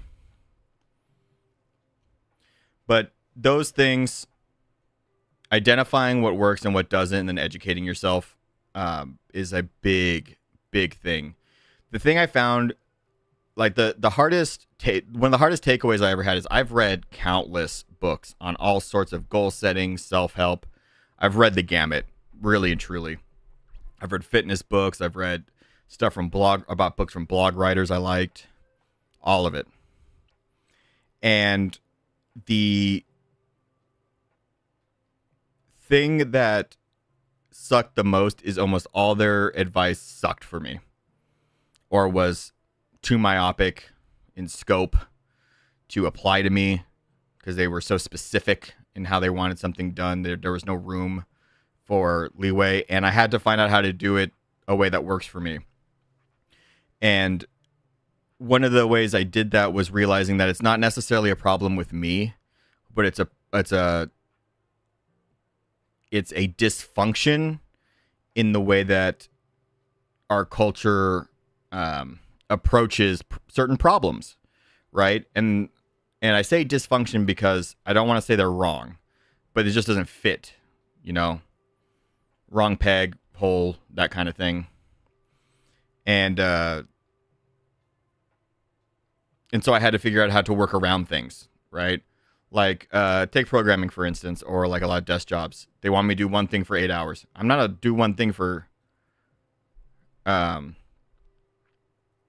hours kind of person. I'm like, do a lot of different things super hard for 6 hours and then pass out, right? Like my dad was a huge lesson in this. So my dad is an incredible contractor, general contractor. He's built houses from the ground up. He knows so many different aspects of that process. And he had to work for himself for most of his life because nobody would, he just couldn't see eye to eye with a lot of people. He worked for a roofing company and he got more work done than most of the other employees, but he got it done in 6 hours versus 8. And they didn't want to pay him for 8. He could show how much he got done, hit all the goals they had for the day with the construction or whatever that he was doing, but they wouldn't want to pay him. I was like, well, you only worked 6 hours. He's like, yeah, but look at all the work I did, right? Your guy is there for 8 hours and isn't doing as much as me. And that really opened my eyes to kind of the that dysfunction of, well, the end goal is the work. Why are we squibbling about the hours or how I got it done? Like for a lot of jobs, like I lag really hard around 2 or 3 p.m. generally. If I hold to like a normal work schedule, like I just like drag super hard and there's nothing that can pull me out of it. And so like, it's funny to say, but like in my work day, I need a nap. But no job's going to give me a fucking nap, right? And so I had to find, like, you have to identify these problems that you have and find ways to work around it or find a solution or overcome that. One of the things, like my dad, my family gets up really early, like 4 or 5 in the morning. And I'm like, oh, I'm an early bird genetically. And so I tried to fit myself into this image of myself where I got up at like 6 in the morning and I was a morning person and all this shit. I'm fucking not. I'm really, really not. So this summer I just said, fuck it. And I've been staying up till 2 or 3 in the morning, sleeping until 11 or like sleeping until 11 or noon. And I've been happier than ever and more productive. Sometimes I get comments like, what were you doing in the garage at like 1 in the morning? Like, oh yeah, I was doing some shit. Super productive last night. It was great. And just kind of having to toss the whole preconception, like the whole idea, the conception of what is the most productive thing, what is the best thing, and just saying, I'm going to do it my way. Let's see if it works. Right? Like Winston Churchill, boy, what a controversial figure, had one of those schedules, right? Like in bed, super late, reading documents and smoking cigars and drinking brandy and shit, and didn't pull his ass out of bed till the afternoon or some shit like that. I haven't read about it in a while. It's been a while. But yeah, you just got to figure out what works for you. Because, you know, if you try to maybe imagine yourself in a simpler time, a little more ancient, your skills would have been very your skills would have been really useful in that hunter-gatherer kind of way. And that's kind of what I think about is that the box that we kind of put, you know, it's like, is ADHD the problem, or are we just taking, we're just asking the wrong person to do the wrong job, right? If you judge a fish by how well it's going to climb a tree, you're going to think that fish is fucking stupid, right? And so kind of changing your environment, changing your approach and how you do things can make you like a lot more productive and feeling much more congruent in your environment. And that's what I've been doing a lot of, right? And experimenting in no judgment. I remember watching this thing with like this like thing. I don't know why Mark Wahlberg came up, but I remember just reading this. It was like on 4chan one day, and it was like Mark Wahlberg fucking lifts every day, baked as fuck. And I remember thinking to myself, I was like, well, you really shouldn't. It's unoptimal to lift weights while high because you're muscle recruitment and stuff like that. And as I got older, it's like, well, if it gets you into the gym, and I guess if you're not driving yourself home or you have a home gym, spark up. That's how you want to do it. That gets you in there fucking 5 to 6 days a week. Who the hell am I to argue? And that attitude has really served me well these last couple of months this summer, because this whole summer has been largely dedicated to doing things my way.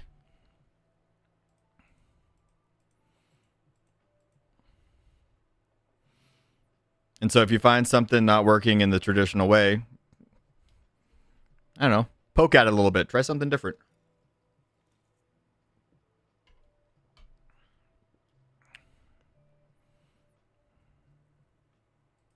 The police are going to stop me, May. That's who's going to stop me. And they're going to revoke my license, and it's going to make my life quite a bit more difficult. So, on that, it's funny. So I buy home gym equipment, and I want home gyms to work for me really bad, because I want to save the gas. I don't want to be around other people in the gym. I'm so sick of it at this point. But I can't get into the headspace of training, because when I'm distracted by all this stuff that's at home, right?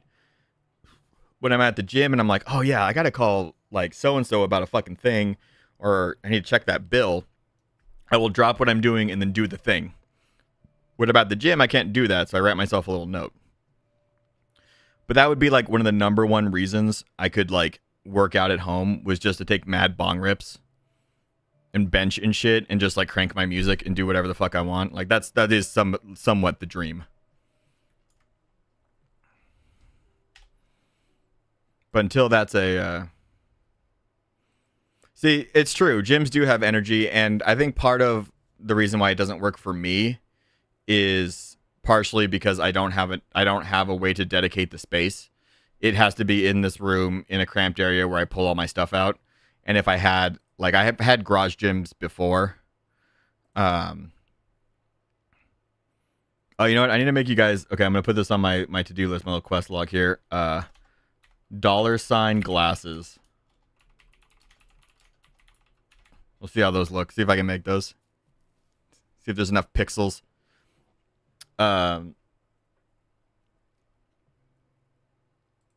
See, that's the shit that happens right there. Complete squirrel moment. But if you can have dedicated spaces and stuff that are for those things and tool them for that reason, you will be a lot more successful in that way. Right? Unfortunately, this space is my bed, my streaming room, my music room, everything. So it's at a certain point, it's just too distracted. It's got too much conflicting energy, and it's not a place where I can get a good workout in. See, so Taya says, I wish gyms in my area were cheaper, but I do end up feeling like I have no excuses because we have things at home. So that's really valid. And a lot of people heckle, welcome. And so it's a very valid and very common, the number one item that people buy that turn into a place to hang their clothes is a treadmill, right? And part of the issue is that we put them in spaces where we relax. When you get home from work, you're not thinking about working, right? This your home is a place away from that generally. Work from home obviously changes that a little bit.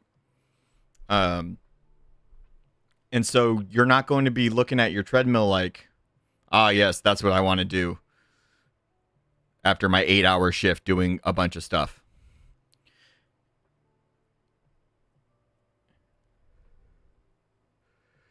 Uh, but gyms can work because they're a dedicated space, but they're also expensive and people don't go to them. Gyms are based on a business model of you not showing up, right? And so one of the things that you might need to deal with is obviously having a goal really helps. Not just being healthier, that's kind of nebulous, but setting a specific thing like an event or a thing that you want to accomplish, because that will contextualize the work you're trying to do. But also maybe trying to build that space that you have your equipment into something more motivating, right? I'm like, teenagers have one thing right, is they put posters and shit up everywhere of stuff that they like, you know, like to keep me inspired about like music and stuff. I have like a Freddie Mercury poster, my Kurt Cobain stuff about like scales and other things. And when I had a gym in my garage, I had some sick posters. I had this amazing classic Conan the Barbarian poster. I had some custom bodybuilding ones. I had Bruce Lee and stuff like that, because those things are just like mental images that make me go, oh yeah, that's what like gets me wanting to go like lift weights. And whatever you find inspiring, putting that kind of stuff in your space to remind yourself can be really powerful. Or, you know, maybe your pre-workout is, you know, like for me, I'm reading through one of my favorite strength manuals.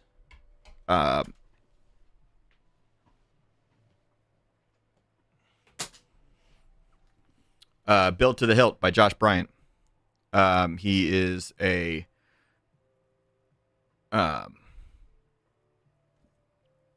trainer. One of the youngest, at the time he was the world record holder, youngest person to ever bench 600 pounds. And he trains out of the Metroflex gym in Texas, which created legends like Ronnie Coleman, Branch Warren, a number of others. And his style is called power building. It's a combination of powerlifting and bodybuilding, and takes a scientific approach. I really like it. And one of my things to do before working out is I start reading through that book, because it gets like the gears turning and thinking about my goals and stuff like that. And that might not work for you. I can go pretty heavy on the testosterone like stuff. Like I've read a lot of Arnold's books, so I'm not going to recommend that for everybody. But whatever kind of makes you think, yeah, man, I want to go to the gym and get fit. Do that thing to help motivate yourself to do that thing.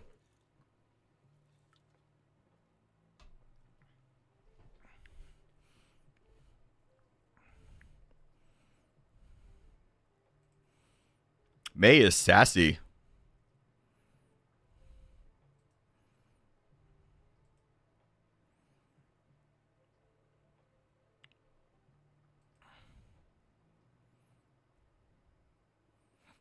Sausage, great move. I do have so I love shonen anime.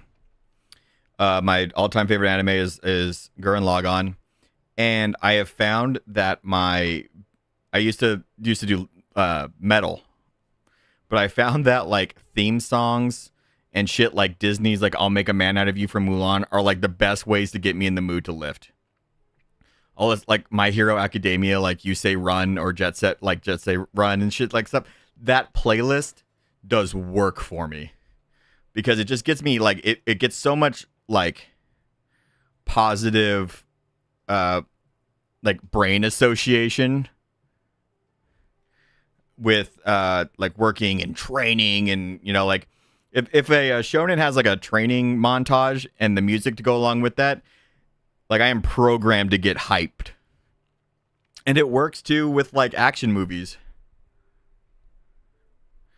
You know, like Eye of the Tiger. Like I've watched plenty of Rocky, right? That shit works.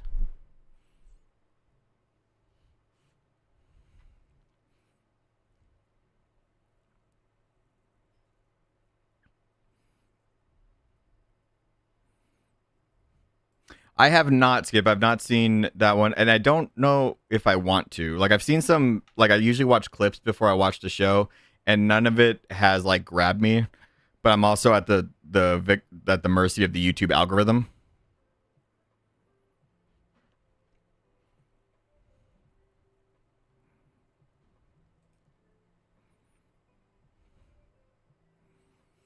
Congratulations, Heckle. By putting that out in the world, I can guarantee you that Cardo will hit me with a photo of me on top of some bodybuilder's face, and it's going to be horrifying.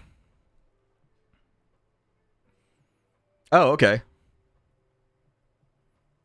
Yeah, maybe I'll give it a shot. But what's cool is that, like, when you talk about those physical media, like those mediums, those artistic mediums, those moments where you have a particular idea or thematic idea being presented to you can be recalled really quickly with music. Like the Doom soundtrack, Rip and Tear. I know exactly like where I was in the game and how hyped I was when that shit was playing. Like I am visualizing demons being blown up in my head, right? And so, yeah, funneling that into your like workouts and stuff, absolutely. Absolutely. It works. And it can be like one of my favorite songs is I always need to be like really, really on the nose. So Lamb of God released a song called Memento Mori, which is much what it sounds like. It's like get off social media, do more, get out there, touch some grass kind of vibes. And like that'll be like the first thing I listen to when I know I gotta like get shit done, because it puts me in that place mentally.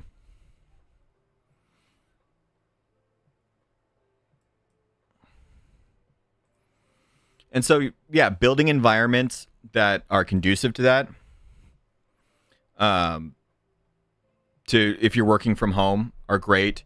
The other one is, of course, trying to maybe ingest some media that puts you in that place. It's kind of part of kind of like your pre-workout, over caffeinating yourself if you're me.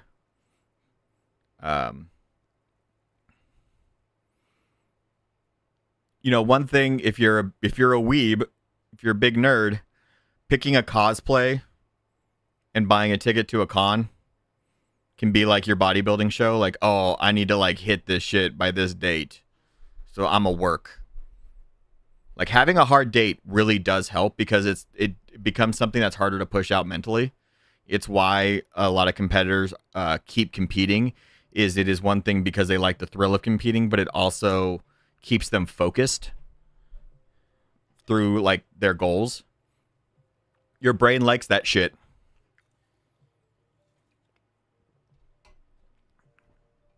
Like I have all the time in the world, and that means I don't get shit done. If I have due dates and time limits and shit needs to be pumped out by a certain date, I will get it done. And that's also a little bit of an ADHD thing.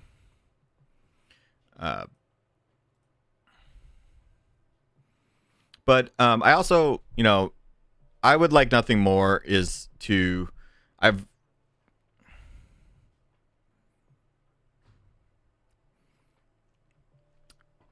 Henry, I have a solution for you. And you might need Taya to do this.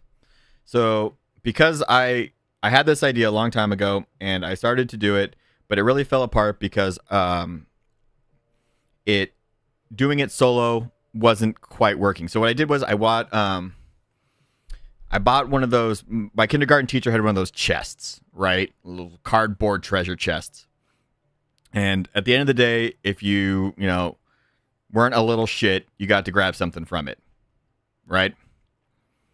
And so I channeled all that energy. I bought one of those big pieces, like you can get them for super cheap on Amazon.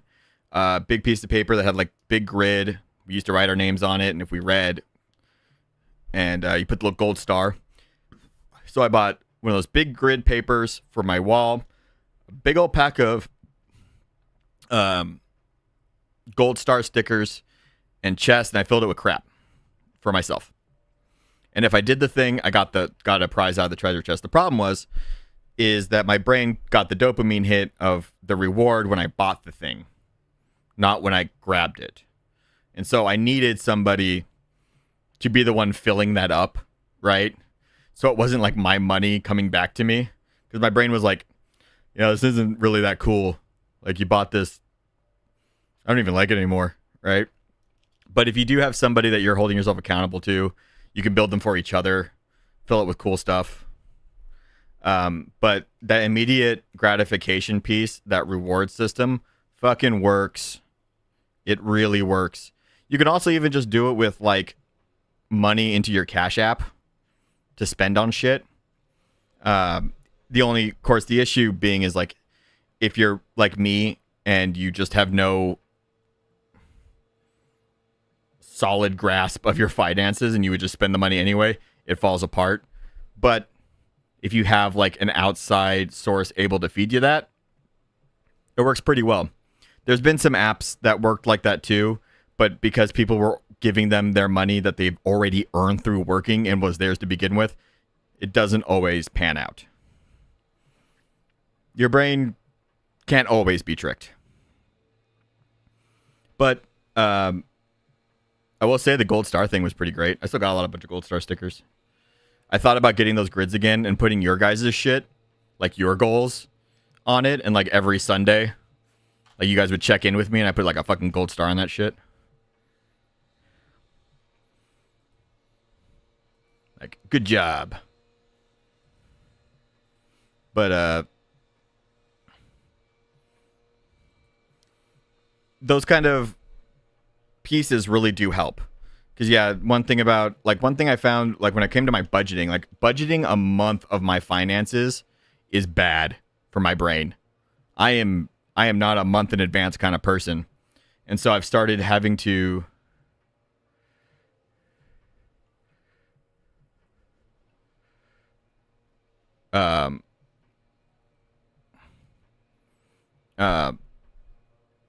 I got completely distracted. Let's see. Oh yeah, deadlines. The deadline thing is also something that ADHD people deal with quite a bit, because we get adrenaline, and then adrenaline creates a dopamine feedback loop.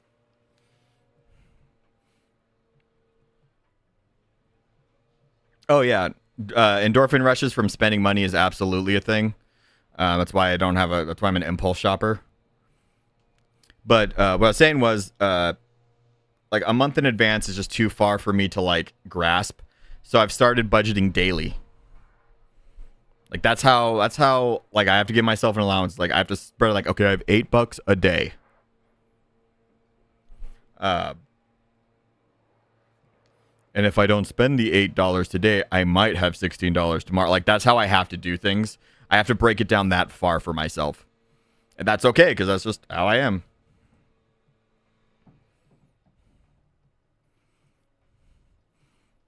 Yeah, exactly, sausage. You can do like you go fucking Super Saiyan the day before. That's how I made my only D&B track.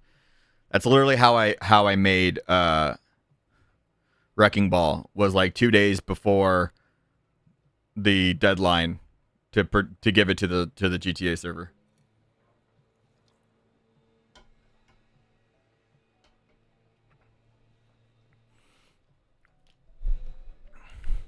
So like I've been talking for 2 hours about this.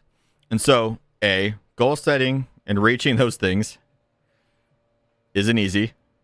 It's complicated. It involves so many different things. It requires experimentation, requires thought, requires action. And so if you do not hit your goals immediately, if you fall off the wagon, if you feel like you're not quite there, understand that this is a much grander task than you might be thinking it is. And thus, be kind to yourself. More than anything, be kind to yourself. World's already shit. You don't need to make it harder for yourself.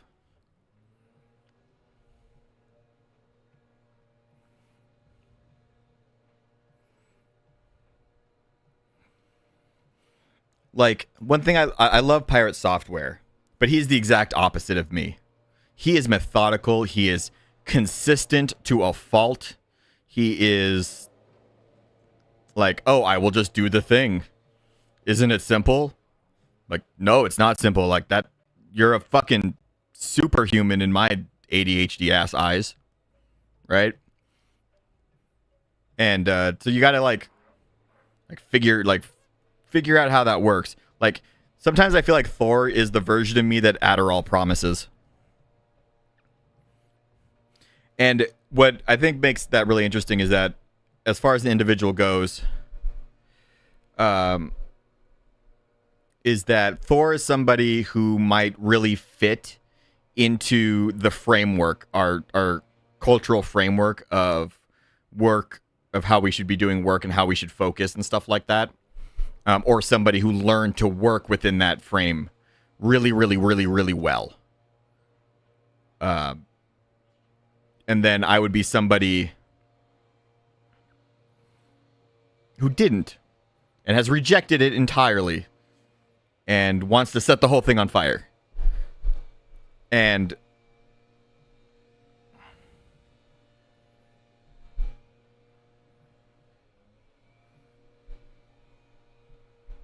yeah.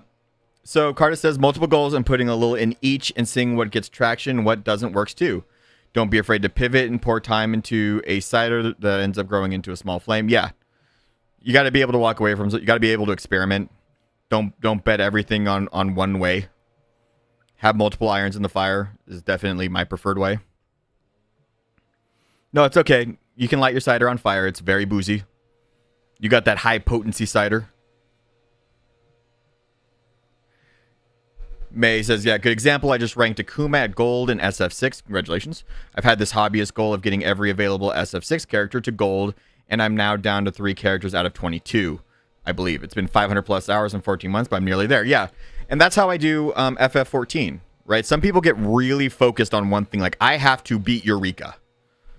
You're going to hate Eureka if you do that. However, if you dip a little bit of time in every week, it's a lot more manageable, and plus your rewards are, because one thing I hate is diminishing returns. Like, you can work harder, you can work so hard, but if you're just patient, you can work less, right? Like what May and I have done for weeks is just do the weekly challenges to keep leveling up, and then and that got us through the most annoying parts of Eureka for the most part. And that's how I take a lot of my goals. That's how I got to level 90 in Endwalker with all my classes, is I just did the roulettes daily and dumped experience into each role until I was eventually 90 in all of them. It wasn't like I started just grinding mobs for hours on end. And that is a very tenable way. Like, time will pass anyway. It may feel like a month from now is way too fucking long, but the month will come if you like it or not. And Heidelin forbid, if something were to happen that month does not come, well, I'm sure Eureka's the least of your worries. Yeah, I'm still way obsessed with Eureka. It came up in conversation at the Ren Fair. Yeah, it just... Spreading some stuff out too really works well. Time will pass.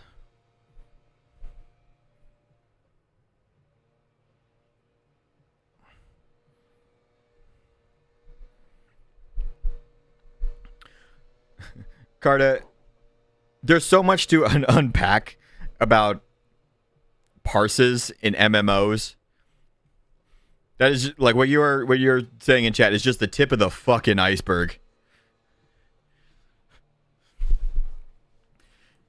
Yoshi P banning logs, like damage logs, was one of the greatest things he's ever done in the history of MMOs. Ah, look at Skip Dance. He won the 5.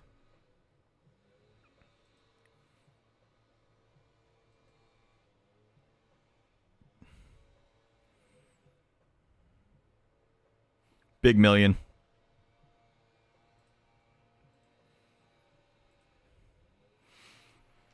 Yeah, optimal versus, like, that's kind of one of those things that that really got my anxiety up.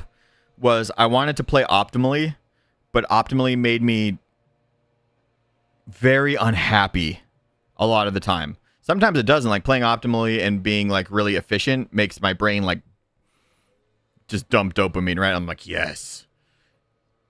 I'm getting like 4 things done with one action. But like doing things on like the shortest time frame or in an optimal manner sometimes is just a losing proposition. And, you know, like I said, like doing the thing wrong is better than not doing the thing. Like I will have moments where I will absolutely not enjoy something. Pardon me just a moment. Because I think I have to do it a certain optimal way. Right? Like that is like I will get so overwhelmed with doing things perfectly, having everything in order that I'll just not do the thing at all. And then you go back and you go, well, fuck it. I'd just rather do it wrong then. And I'm going to be right back, everybody. I'm going to use the bathroom and we are going to pivot to Final Fantasy XIV.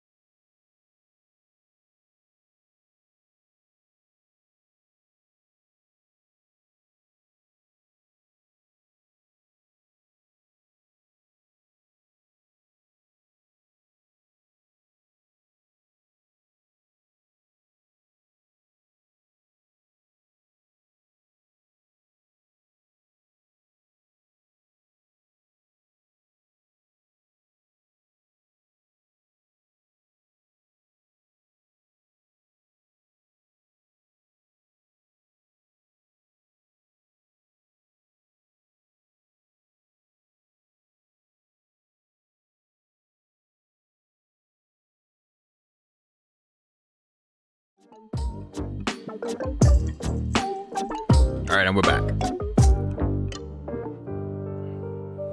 If anybody is interested in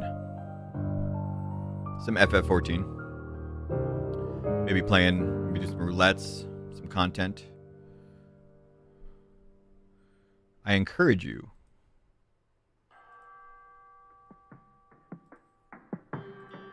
to join.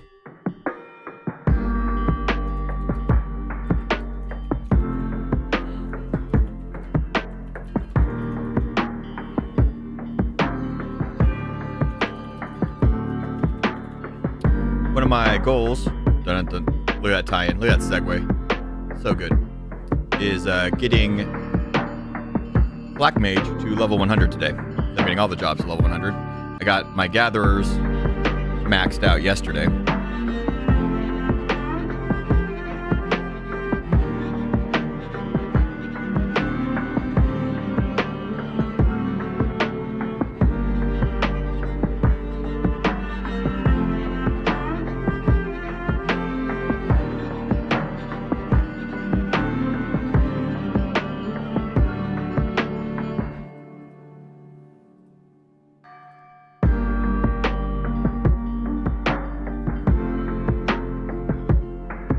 Around the Crystal Data Center, Solera specifically.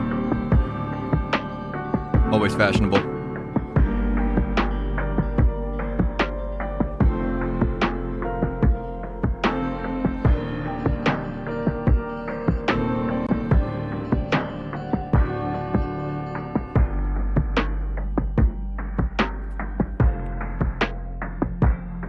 Yeah, I think I'm level 97 on Black Mage. And then today is, resets tomorrow. Make sure we got all the major challenges in for experience.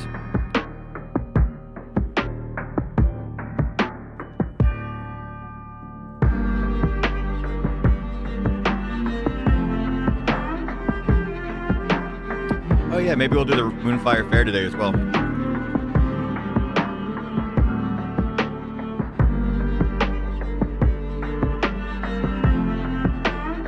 Haven't done that yet. Yeah, made good good solid progress on crafters.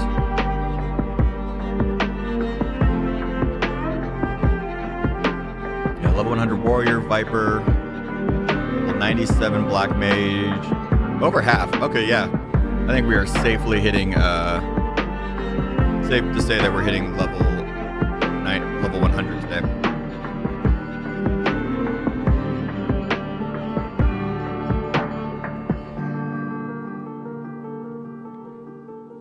If you want to join me for roulettes, go ahead and just drop a sentence in chat so I know to kind of hold off in queuing. I'm going to check my retainers. This is the first time I've logged on all day. And I got to go through the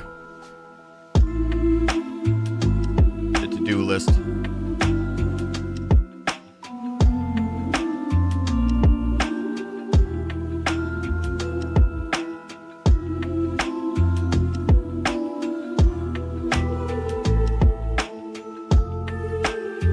Oh, understandable.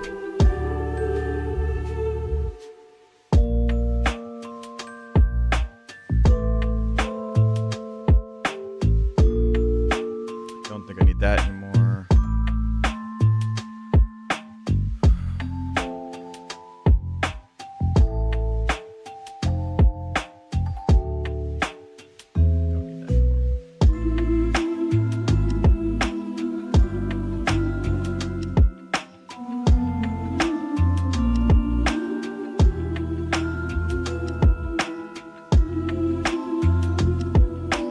Next up is getting the retainers all maxed out and then geared up. I need to gear up my actual gathering set needs to be, level 100ified.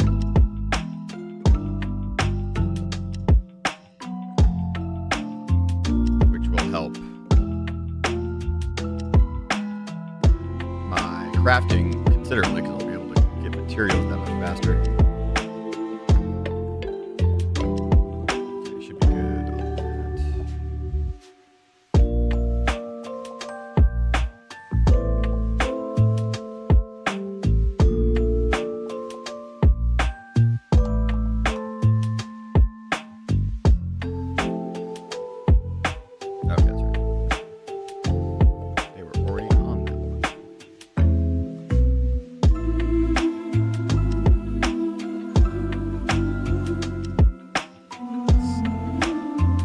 My inventory is a garbage fire. See, look at this. Why? Just integral lumber twice.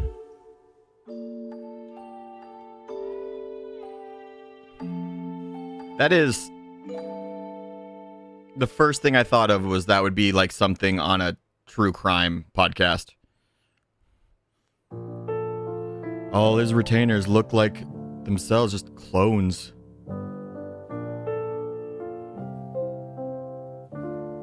I'm not saying it is. I don't watch true crime podcast, but it's just what came to mind.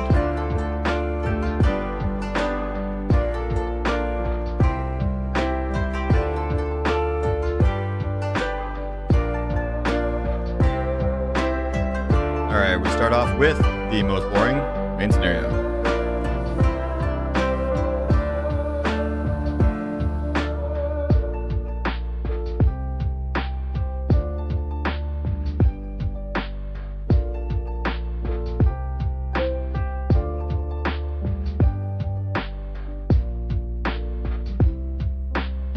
Florida counter. Don't be Florida. Don't be Florida. Fuck.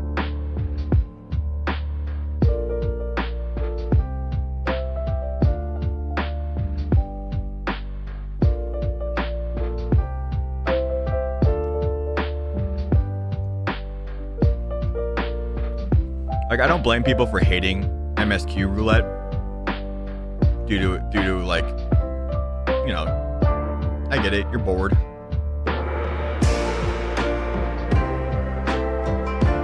But those rewards are so good.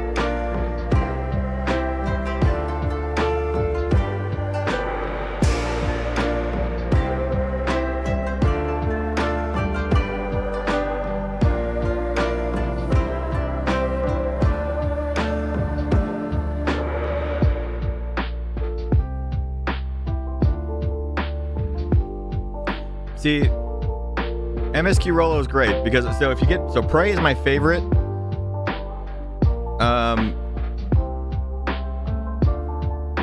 MSQ roulette to get. I'll tell you why. Prey is the best because you have the biggest breaks. The cinematics are pretty well spaced out, and I can get a lot done. Like, I can fold my laundry. I can get a snack. I can use the bathroom multiple times. Castrum sucks because it's just a bunch of damage sponges, and that Livia boss fight is so stupid and annoying. It just takes forever for no goddamn reason. And I really don't like the Ultima fight because it has one cinematic that's really long. It's another, like, damage sponge fight, and it's shorter, but the rewards are reduced. Like, if I do MSQ roulette during Lul Tombstones week, instead of getting 7 tombstones, I get like 2. So just give me Prey every single time. Maximize my rewards, give me the most poetics, whole 9 yards.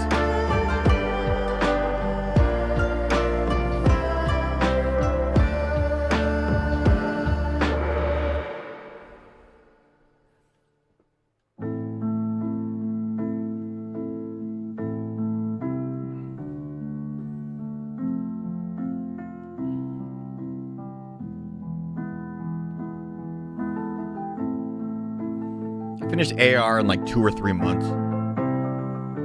Like, I've only July was my 2-year anniversary with this game, I'm pretty sure. If I'm correct. Let's see. Final Fantasy 14 playtime 5,192 hours according to Steam. Let's see. When did is there a way to check when I bought it? Oh, that's right. I did have it for a little while.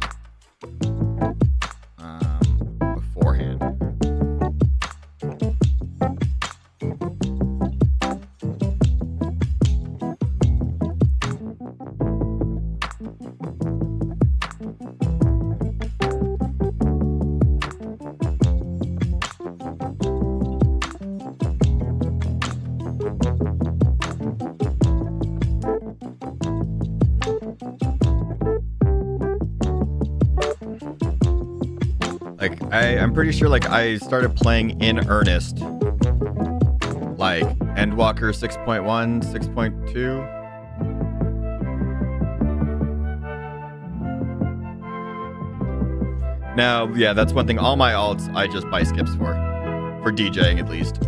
Like, I just don't like redoing shit. I'm glad that other people do. That ain't me. I loathe it.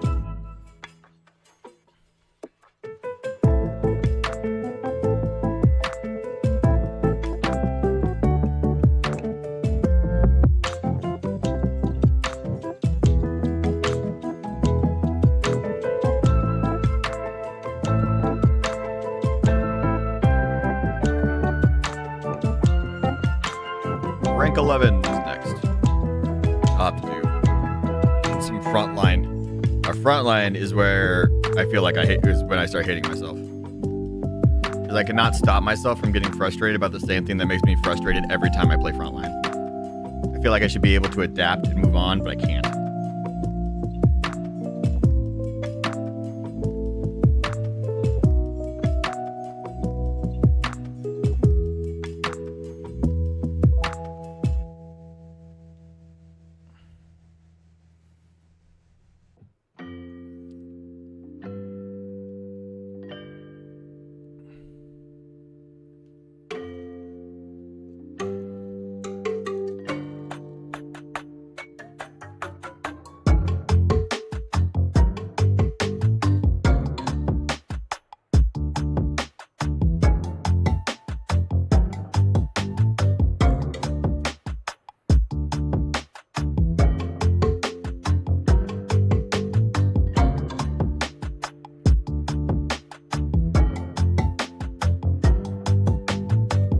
This is the new Black Mage staff, which I love because it's just a fucking cat on a stick. But its name, Gridivore, I just keep in my head pronouncing it as Gardevoir.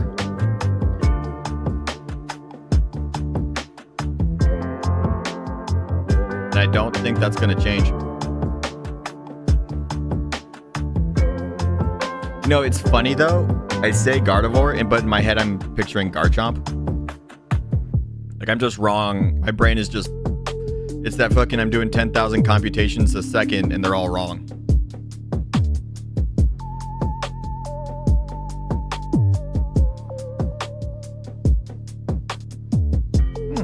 That's a cool look.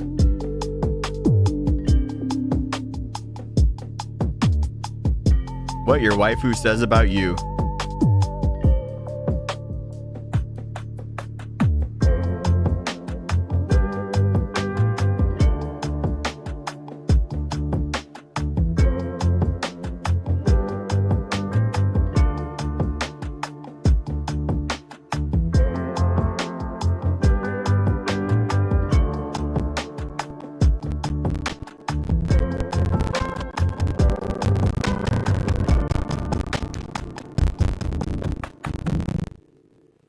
I guess after Black Mage, I'll do physical DPS.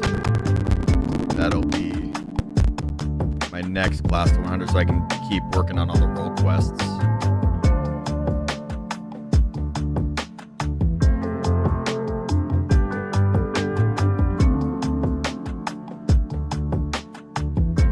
Damn, my shoe collection.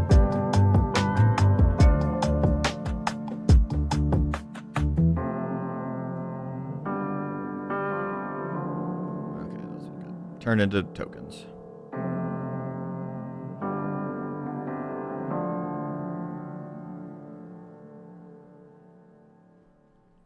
I just want my decent skill ups. That's all I'm here for. But I'm not going to take any gear that I can possibly use. Yeah, mine's been capped for months. Not only is my glamour dresser capped, but I've got 2.5 retainers full of fucking gear.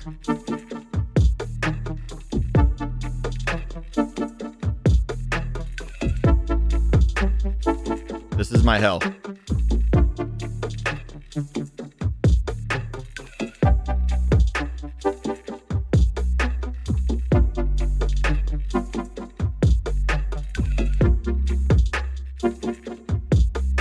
See, the problem is, it's not even that like I keep all the gear, it's just that I play all the classes. Like I play every job, so I want glams for all the jobs. So if there's like if there's a set that everyone, like every single job's outfit slaps, that's like 50 pieces of gear. And you're goddamn right I'm gonna collect them all. And on top of that, like I'm a sucker for tanks and armor, so I am particularly like zealous with that. Yeah, I'm just fucked. And I'm also like, I come from WoW, so I do kind of want to just collect everything. I don't want to like throw it. So unless I know I will never use it, or I haven't used it, I store it in the hopes that one day I will have more space.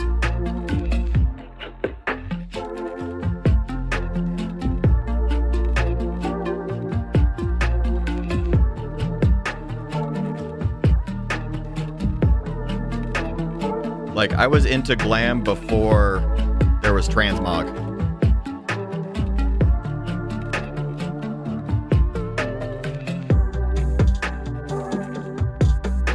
Yeah. So let's see. Yeah, look at all my weapons. And this also, the glamour dresser also has to include crafting and gathering gear. I've got relics for pickaxes, right? Like, look at this cool thing. I've got all this shit.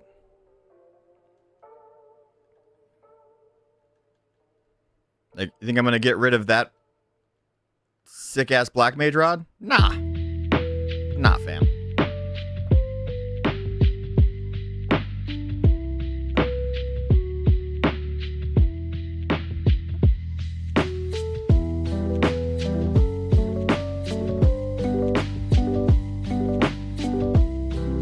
And one thing that's annoying is, so like the augmented Drachin armament, right? This is the artifact gear for level 50, which can normally go into the armoire. But when you make it augmentable, as in you can dye it, it suddenly does not qualify for the armoire anymore. So every piece of gear that I go through the process of making dyeable from the level 50 sets then has to go into my dresser. And my armoire has got tons of stuff in it.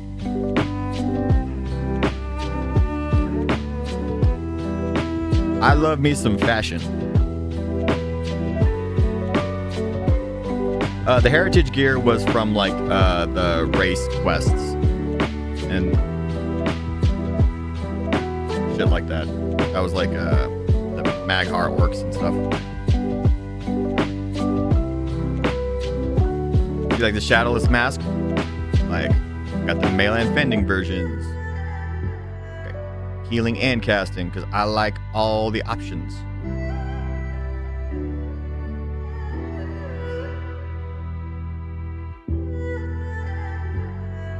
Also, these should totally be able to be put in the armoire. My behemoth earring. Along with my Mama Shiba neckerchief.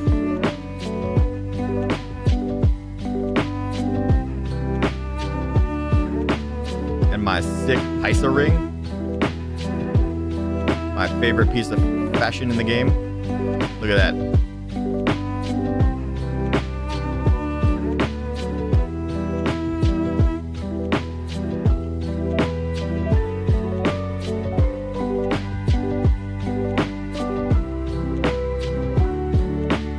I also like to do relic weapons, and relics come in multiple stages that have like really cool variants.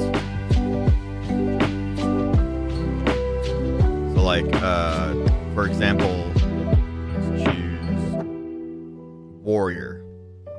So this is the anima final stage of the axe, right? Cool. Well, second to final stage is also pretty fucking cool. So I'm gonna want both. Like, I earned that shit.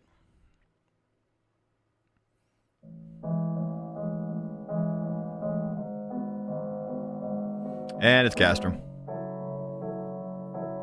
Last time I did this, I had Castrum. But yeah. I'm a glam hoe. Love that shit.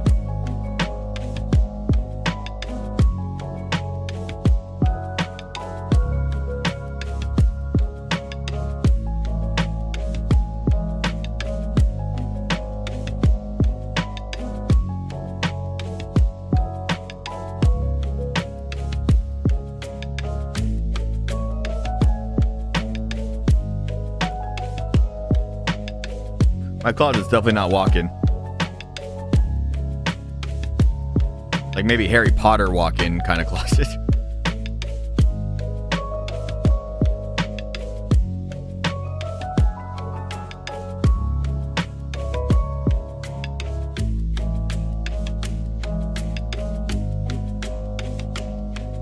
How did I get... Like, how was the furthest away tank or he was like, yep, fuck the black mage.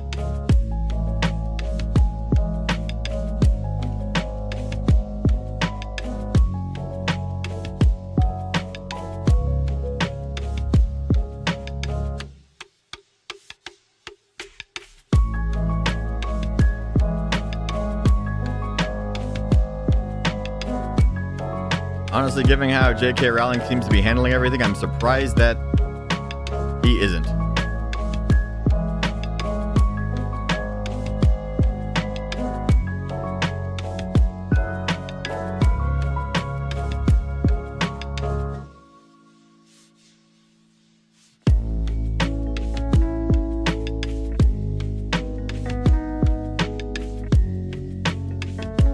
You're welcome.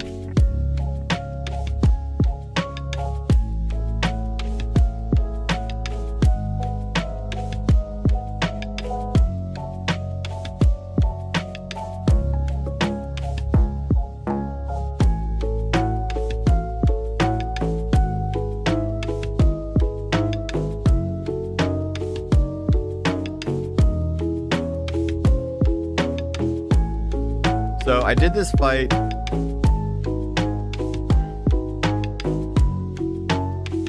the other day, and I thought to myself, man, I feel like it's going a lot slower because I'm AoEing, and I know that the other DPS was playing a little suboptimally. It was weird seeing Peloton go off, but I had to ask myself, would this fight go way faster if I just single targeted the whole thing and ignored the ads? And would there be no negative repercussions? And so we are going to find that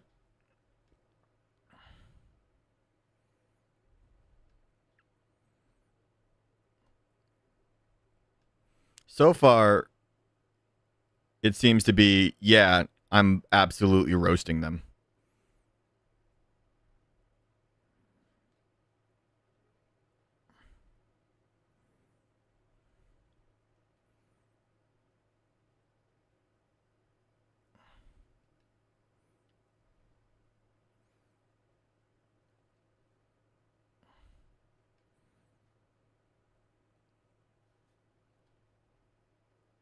Yeah, that cast does like 1.5 to 2% of the total health of that boss.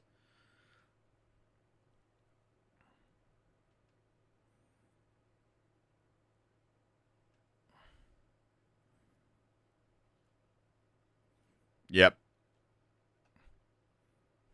My conclusion, fuck the ads. Single target that shit. Gonna make a post on Twitter that's just @ J.K. Rowling with Henrietta Potter and watch the meltdown till the banhammer gets me. Please do.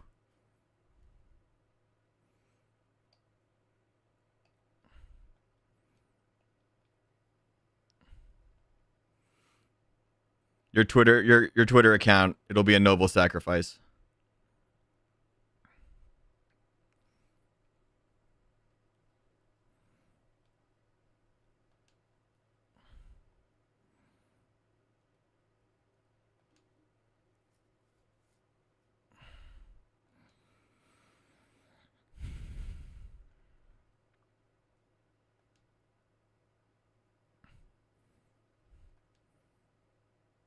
No, it's really hard to get banned on Twitter if you're discriminatory. If you stay, if you're like, how would Elon put it? Afflicted by the woke mind virus, it's very easy to get banned.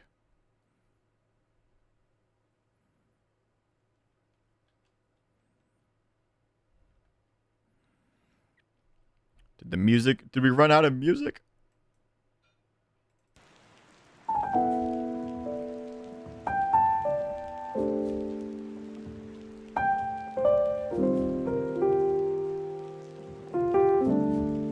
Apparently I need to pull out more lo-fi.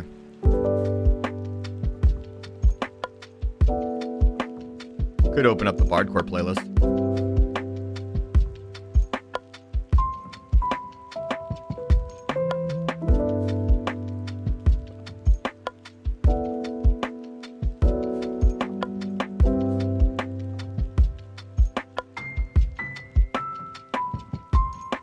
Twitter absolutely blows. Garbage platform. I signed on a couple weeks ago just to like follow the DJ program stuff because that seemed to be the only place Twitch was like regularly posting it. And I was so like, it was kind of fine. And then I followed like 2 people and now my homepage is just nothing that I want ever. Like it's wild to me just how little I care about the shit on my feed. So I just closed it again for hopefully forever. I just don't ever, I don't want it. Fuck Twitter.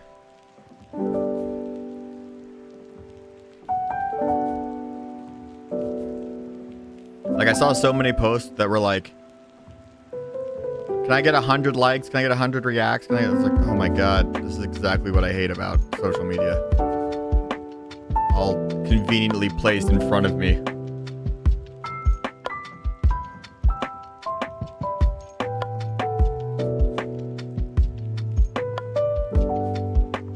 Yeah, I could probably just...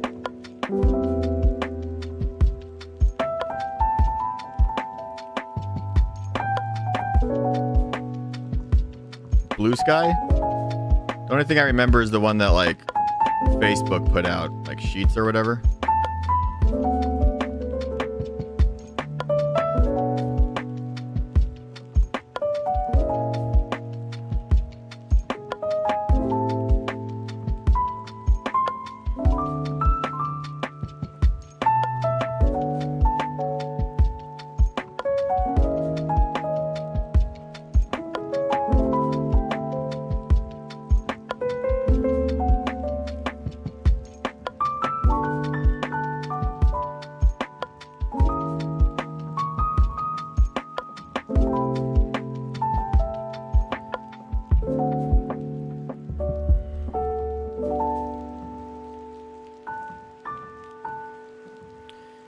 So much of like social media and like the direction it went just blows my mind. Because it like really quite literally became like, we're not going to show you the stuff that you're asking to see. We're going to show you the stuff we think you want to see, even though you've told us exactly what we want to see. And it makes my head hurt.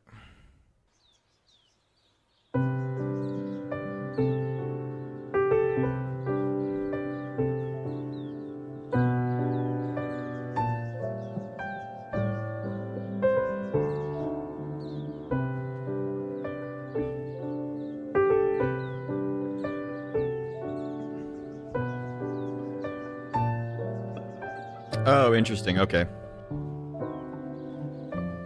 Yeah, I had no idea. Like, I'm tolerating Instagram these days.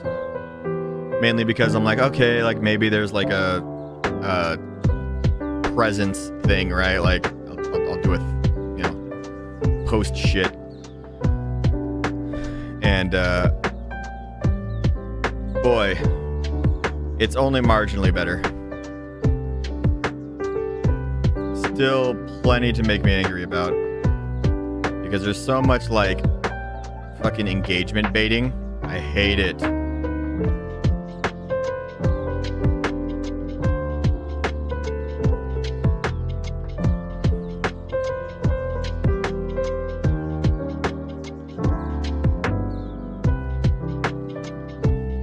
Like, and it doesn't even like,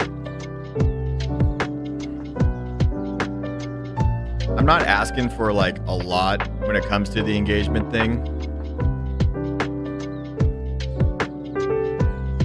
Right? Like, oh, ask me anything. I'll repost in comments. Like, sure, okay, whatever. It's a little transparent, but you know, it's like they're not hurting anybody.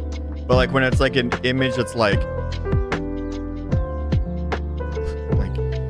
if you giggled, comment bruh. Like, just please stop. And if you could kill me.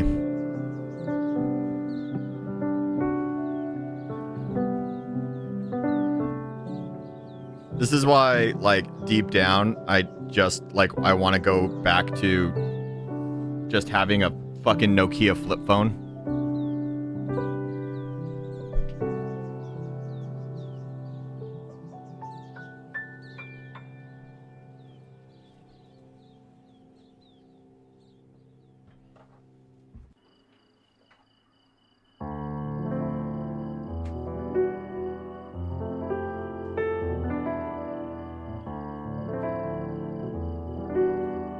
Might as well use the bathroom.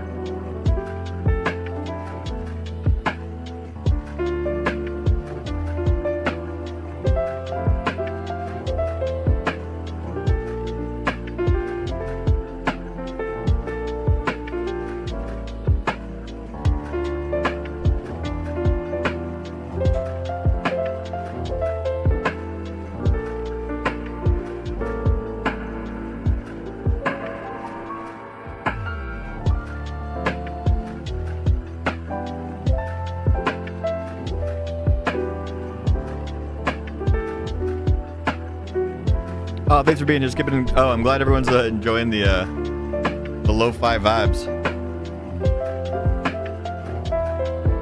I find that the more relaxed and chilled out I am, the better I play.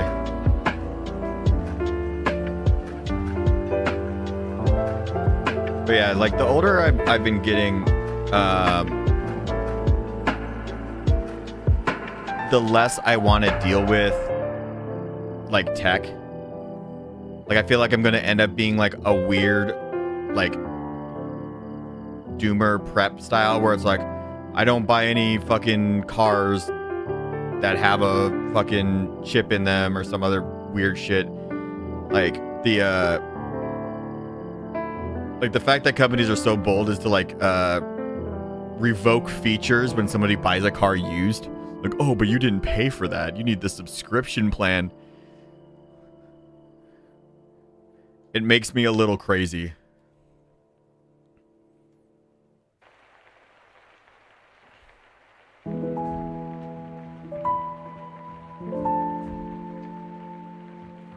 Like, just absolutely drives me mad.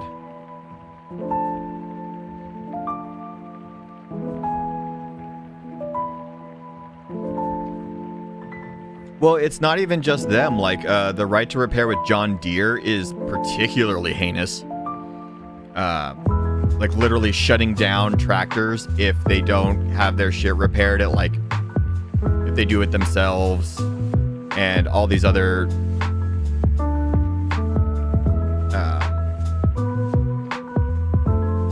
like stats. Like, I'm not going to have to keep my credit card on file to drive the car I purchased. I'm sorry, if I'm driving a fucking diesel Toyota until I'm fucking 80, so goddamn be it. I will be that ornery jackass about it. I will take fucking mechanics lessons to keep it running. Because I will not fuck with these ass clowns, to quote Tony Stark.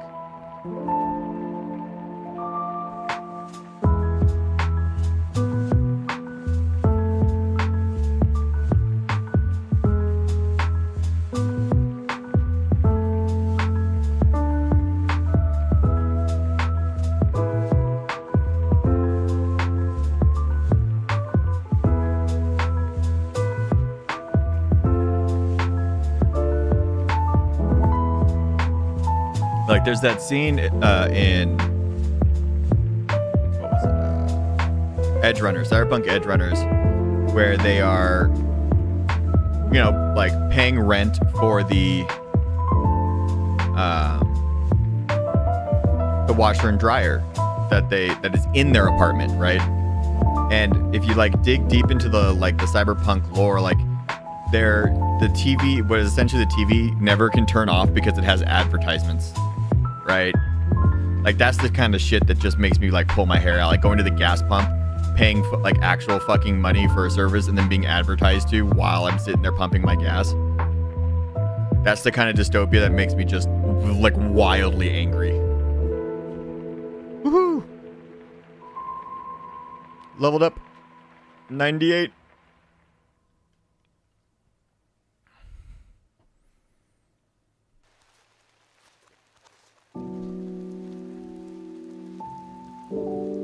And like, so when like Microsoft had their whole thing about that like AI screenshot bullshit, I just like mentally noped the fuck out. I'm like, all right, it's time for Linux and Ubuntu. I'll just have to create a, you know, get a way to kind of learn how to use it.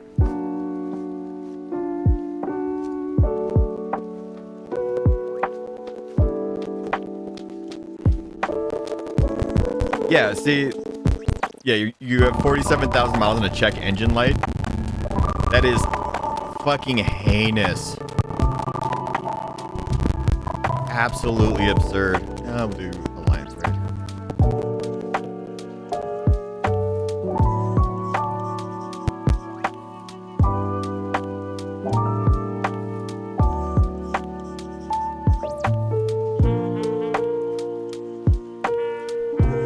So, one of the most durable vehicles ever made was the Toyota Hilux.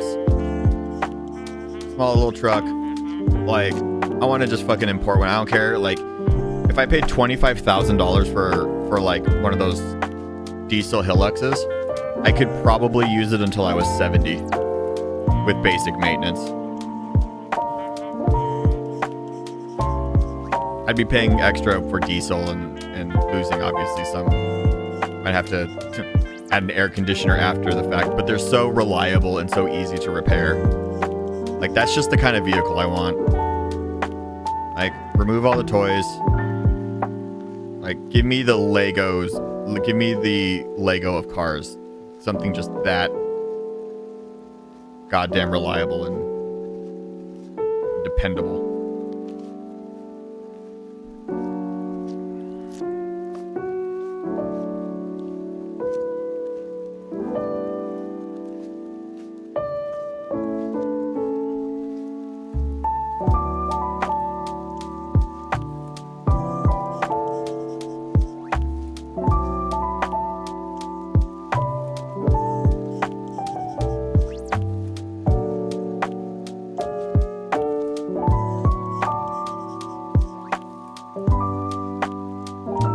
Like, I've become this kind of, like, I don't know, kind of stuck in the mud type. I don't know what you'd want to stick in the mud, maybe? I don't know.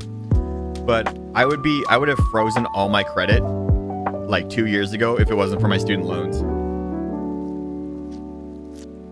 Just divorced myself of all that stuff. Like, nope, I'm not participating.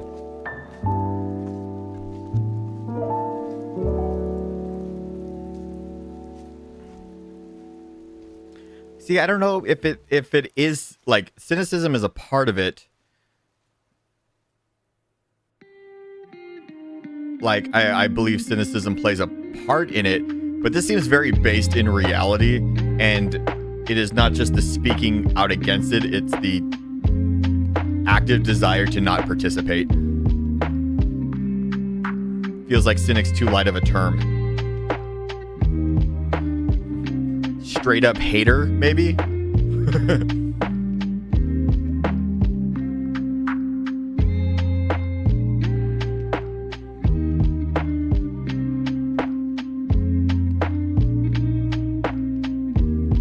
Like, if I ever get a big payday and I somehow have the clairvoyance not to squander it,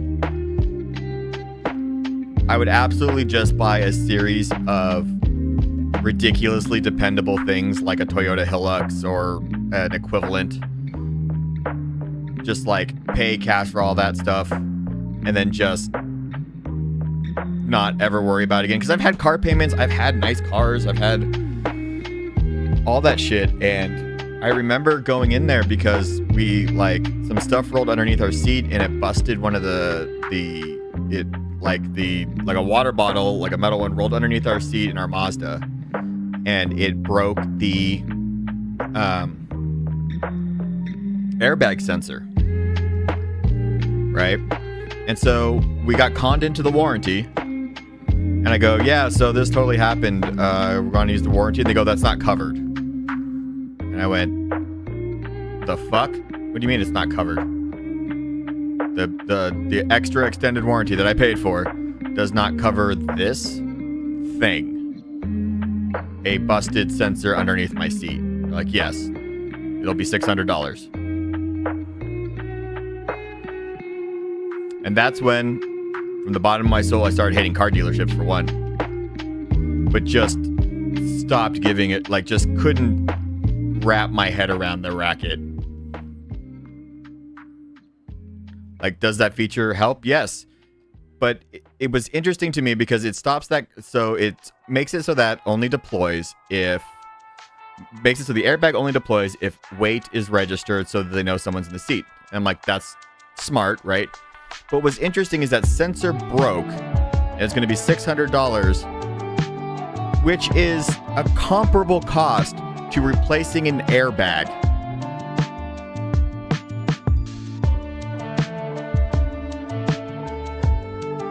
See where I'm getting with that?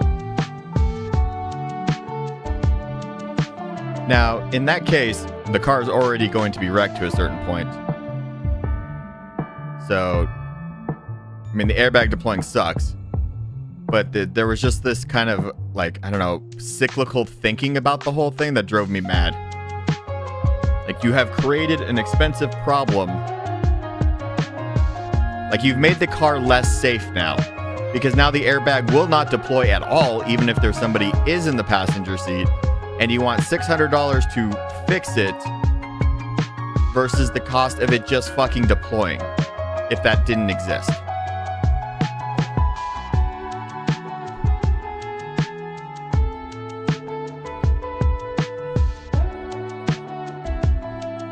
I was quite angry that day. I probably said, you gotta be fucking kidding me, like 30 times.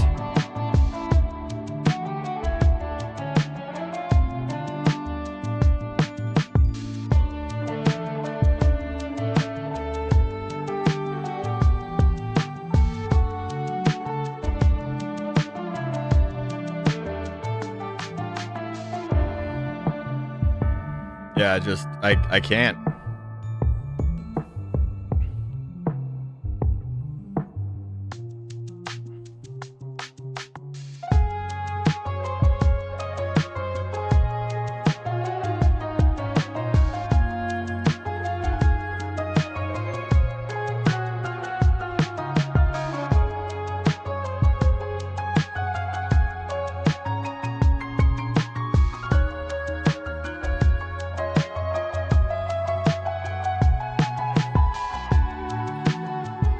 Quite a few years ago, my my ex-wife got into a car accident, and the airbags deployed, both of them, because it didn't have, that car did not have some stupid fucking sensor in it. But the thing that was actually kind of crazy to me, and this is just a totally off-topic thing, is that the tray, right? Like, so you've got your panel that has this was like a Chevy Malibu 2000 something, and it had just like the panel, but it's on a hinge, right? So it opens up and then the airbag comes out, right? But the way it was designed is the hinge and the panel had metal reinforcing it, so for good reason that the airbag doesn't deploy and then like shatter, I don't know, like it into your face, right? But the damn thing opened and it cracked the windshield. Like this hinge hits the windshield when it deployed. Like the car injures itself in the process of using the airbag. Because I thought, like, when I first saw the car, I was like, oh man, dude, the windshield's fucked. And then I like looked at it and realized that it was the airbag. The windshield would have been fine. Welcome into Chroma. Happy Monday to you as well. Where I'm getting my Black Mage to level 100.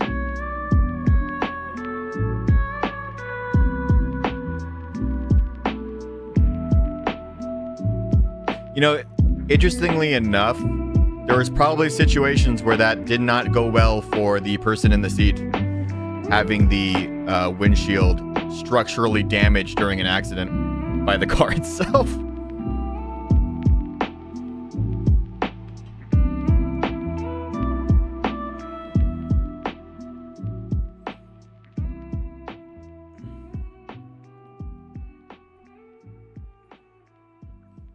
You know, I forgot that I was doing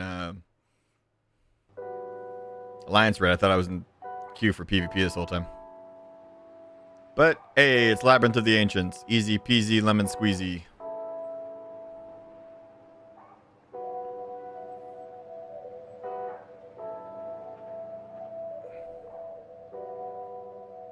Rip.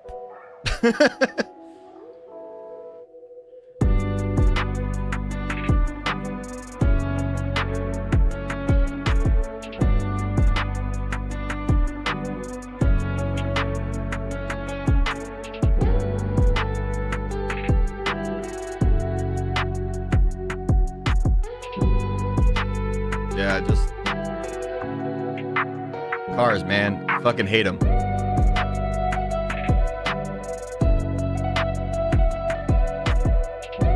Cars are just a never-ending source of stress for me, I swear.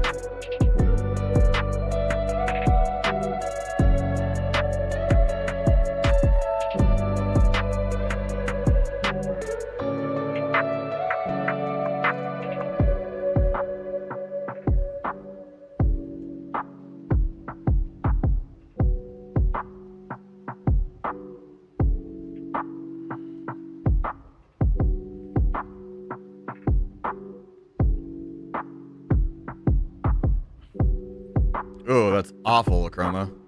Your airbag blew your hand into the steering wheel and broke it. Yikes. 0 out of 10 experience, would not recommend.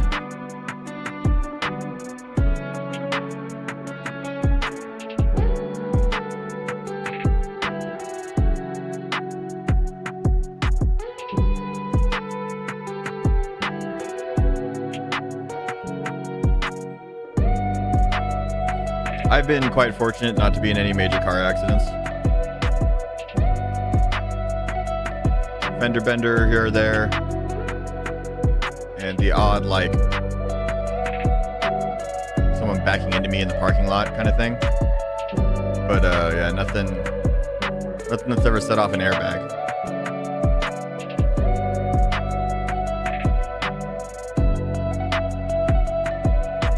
One of the, like, so where I live is very rural, but there are areas around it near me that are not. And one of the things I always wanted was, like, with my, because I have an e-bike, was that I could, like, supplant a lot of my need for a car with a bike, right? Because that's what everybody with an e-bike tells themselves when they buy it. And then, what happened? Well, I'm probably not going to be living there for a very long time.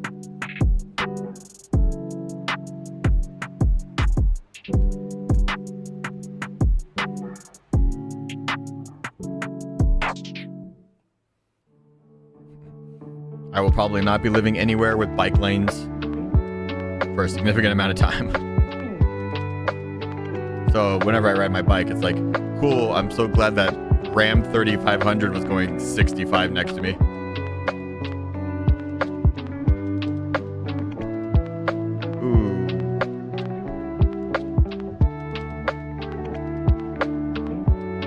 Come on, keep going, Dragon.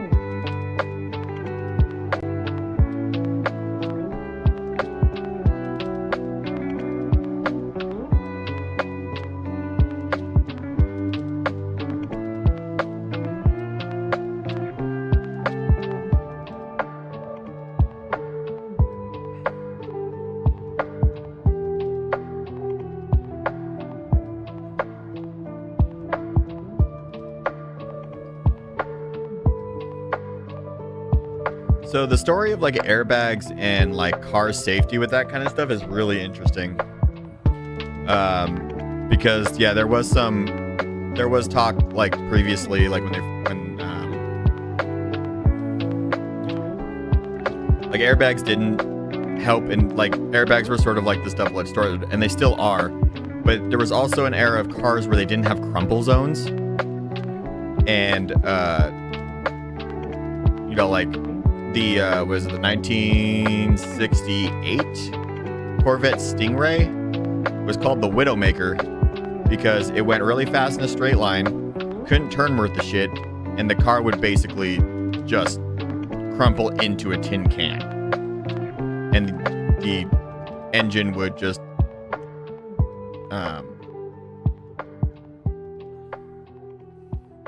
head right into the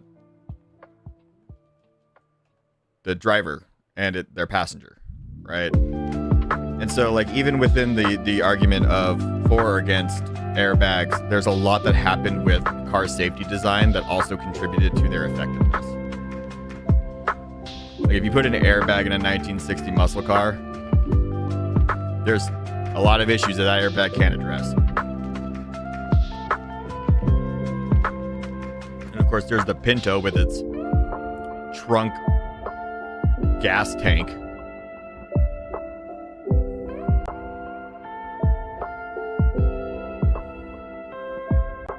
We've made some strides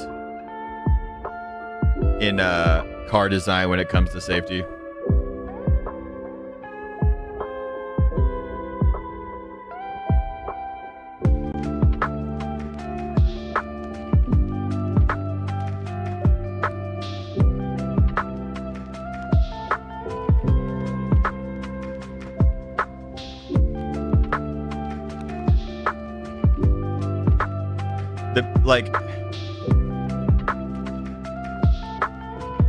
One thing, so like I was thinking about the Pinto just now, and the Pinto might be the perfect Mad Max vehicle, because in a world full of like vehicular assault and like attacking, a car that takes out the person attacking you in the process seems like a boon.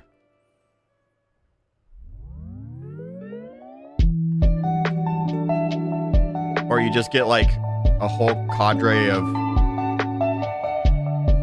kamikaze drivers that get in front and then slam on the brakes.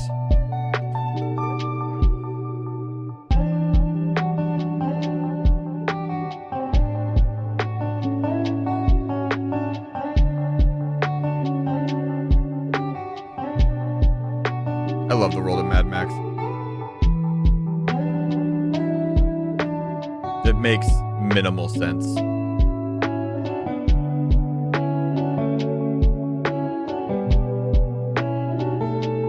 I actually really want to see the new Mad Max, the Furiosa movie. It didn't do well financially, but a lot of people said it's a great Mad Max movie and sequel to Fury Road.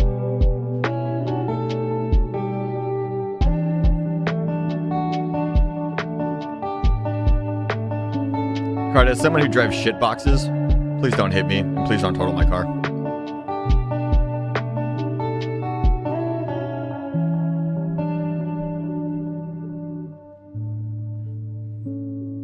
My fucking 9 Voln Stacks Jeep I finally got rid of.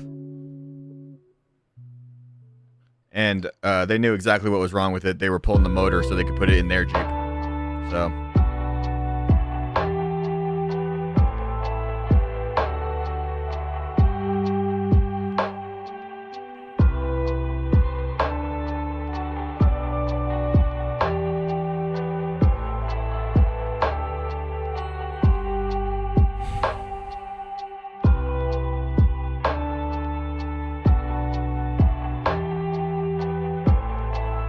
There's some statistics in video games like MMOs I just don't want to know. Like, how many times have I done Labyrinth of the Ancients? They never let me know that. I don't want to know.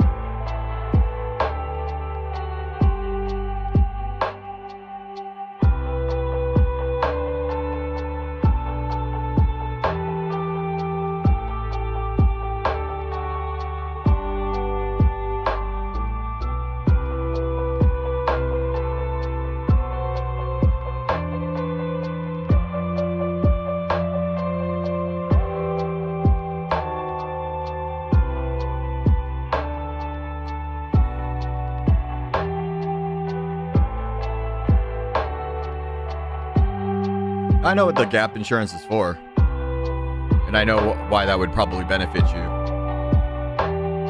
But you're putting that energy out in the universe, and so I'm making sure that the universe knows my stance on it. Any new thoughts? My video pretty much sums it up. It's nothing's changed about it.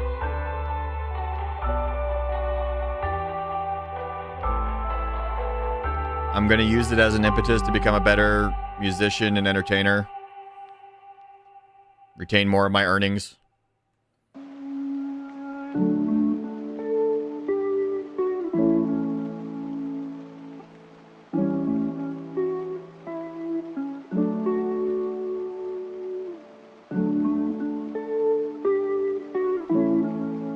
I do hope that it improves, though. I hope that DJs can finally get a decent deal.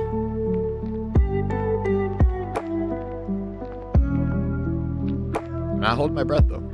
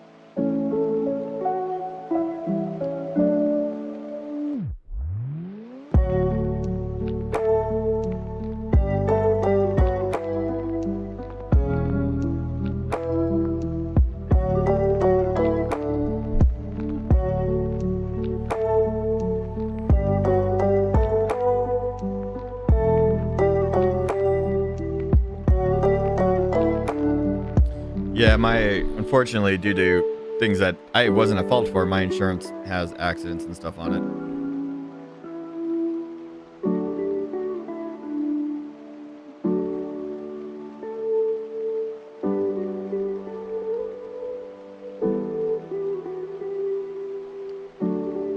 That actually might have fallen off. My bankruptcy should be falling off soon. I have to deal with T-Mobile, though. They're charging me money that they shouldn't. And they're trying to take me to collections.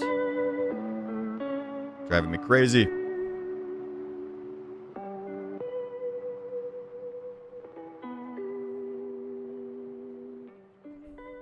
I swapped service in April, and they just continued to charge me for service that was impossible to provide, which was wild to me.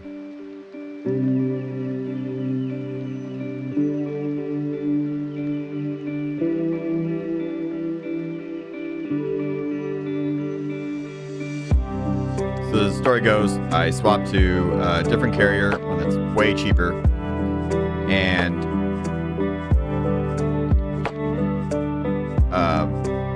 I guess my phone had another line, but there was no device attached to it. It was just a SIM card. But they were still charging me my entire family plan, for like the entire $130 dollars for the service, even though there was no device connected to it. There was no way for them to be providing any of the service that they're charging me for. And I called them to get that shit fixed.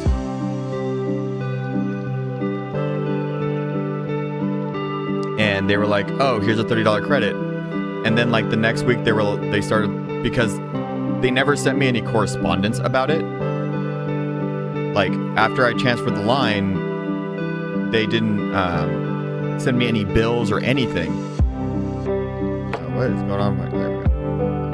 And it was nutty. And so I called them because I'm like, I need to receive a bill for this a couple months later. And so they were like, "Oh yeah, this all happened. It's bad. Here's a credit. We'll get this fixed." And then last week they were like, "We're sending you to collections because of the unpaid balance." I was like, "You guys haven't even itemized the charges from when I was that we were talking about this credit for." And they're like, "Well, sorry, it was too past due." Like, you guys weren't sending me bills. But yeah, that's T-Mobile. That's what I'm dealing with. And they suck. So I'll probably have to call them after I get done streaming.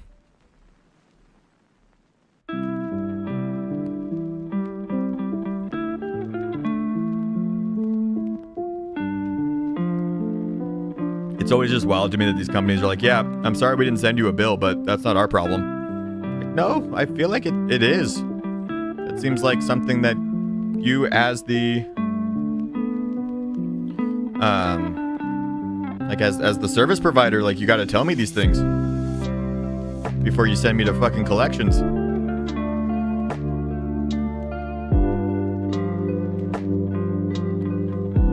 But I live in this wacky room world where I believe in consumer protections, and that's not more than reality.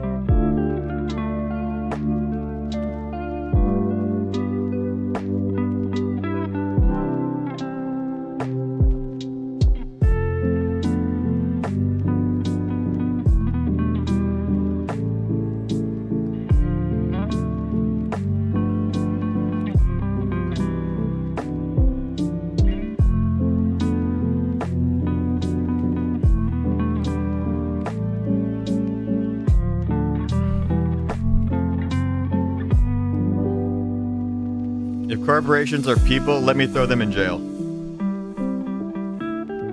I got 3 player commendations, let's go.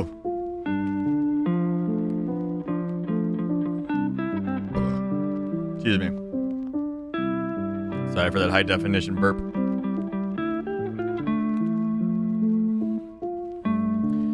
It bothers me.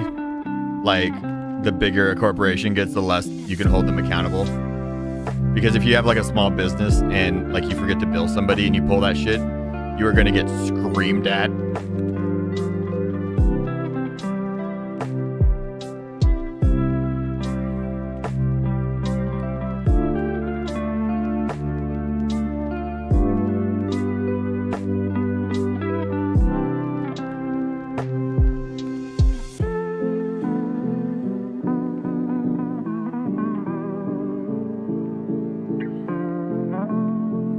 Okay, level 98. Almost halfway.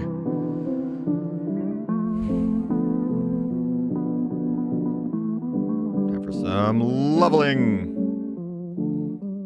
See, okay, so I'm being very deliberate about this. Level 99 is, of course, going to have the most experience. And your roulettes are based largely on percentages, but there's some give there. Your PvP roulette, your frontline roulette, is always 50% of your current level. 50% total of what you need. So I'm waiting till level 99 to get that one. So loyalty, respect, and nationalizing all corporate umbrella entities. I like it.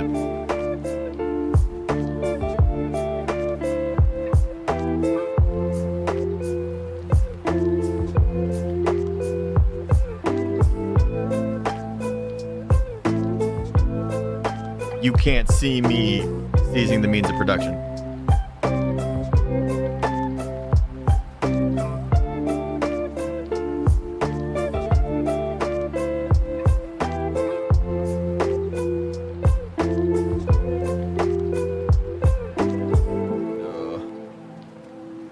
Yeah, shit drives me crazy. The other thing I'm dealing with for the past couple of weeks is every day I get a reminder about a doctor's appointment I need to make. And even if I pick up the phone, it's just an auto call. It's just an auto dialer, right? And I just need to get this off my chest because it's been driving me crazy. I get emails saying log into our portal to schedule your appointment, which I can't do, by the way. I've done that. There's no scheduling options. It actually says forbidden. And so I call them. And I've called them multiple times. And every time I do, no one picks up. Like, literally just goes, no one's available, goodbye. And I still get the auto call saying I need to schedule an appointment.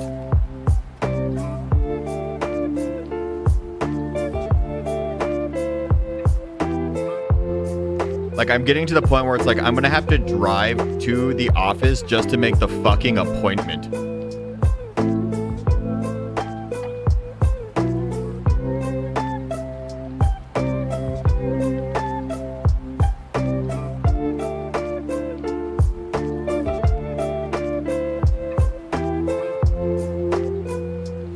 No, Carta, that's a very thoughtful and reasonable response. But no, I want to throw the whole corporation, the building. I want to put the building in cuffs. I want to drag it to the pokey, throw it behind bars. Whole thing, logo, jail. All of it jail. Just jail the whole thing. I want to see Walmart's, the store itself behind bars. Yeah, all of it. Employees, fine. They're free to go. They were just victims of a cruel machine. Large warehouse, building, behind bars.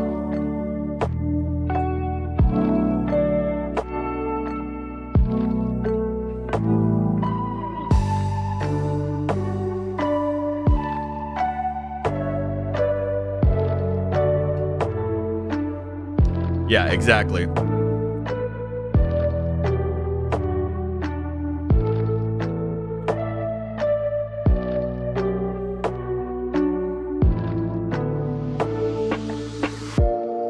We're taking the private executive jet to the drunk tank. Let it think about what it's done.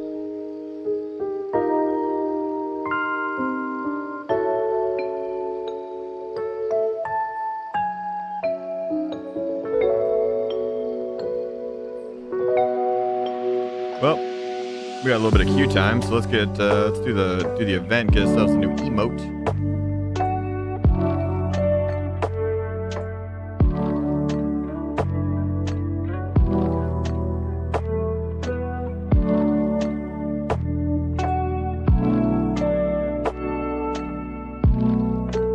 Like, if anybody remembers the Enron scandal, I want the logo behind bars too.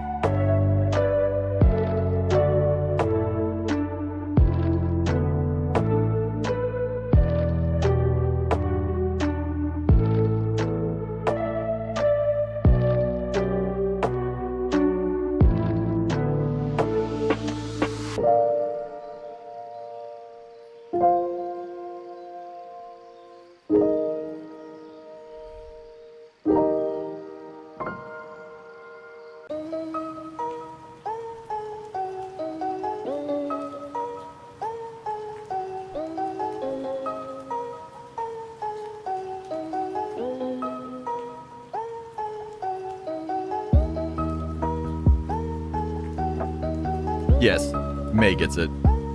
Max security federal prison where they keep like Unabomber types, and then there's like the Enron logo.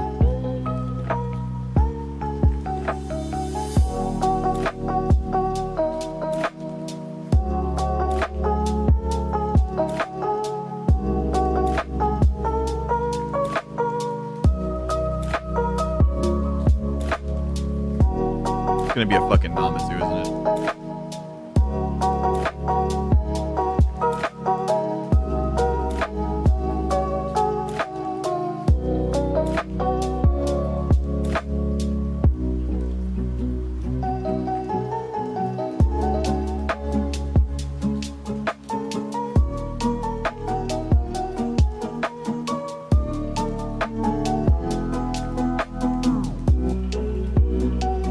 Casual shark in the distance.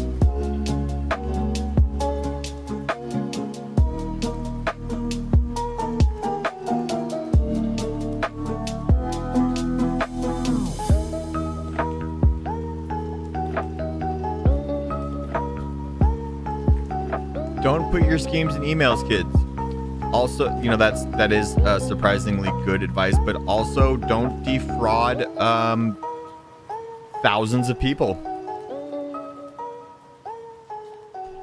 That's another good one.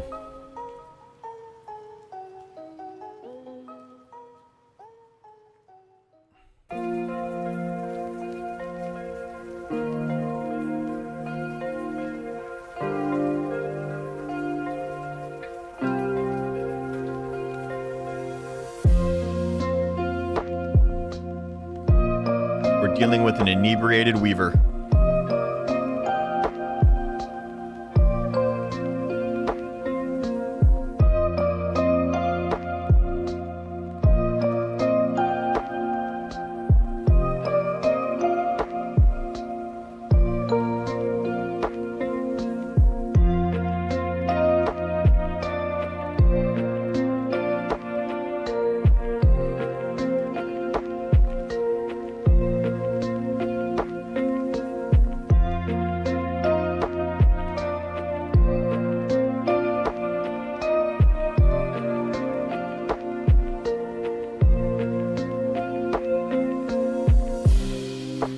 still think it's a drunk weaver.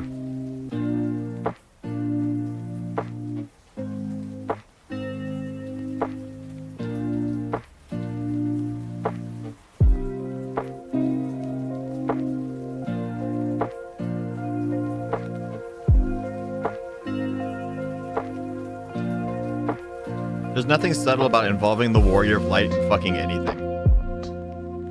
That's cynicism. That's definitely cynicism. I'm in that kind of mood now. You saved the star. You've been to the edge of the universe. Subtlety's your thing. I could also be projecting because subtlety's not my thing.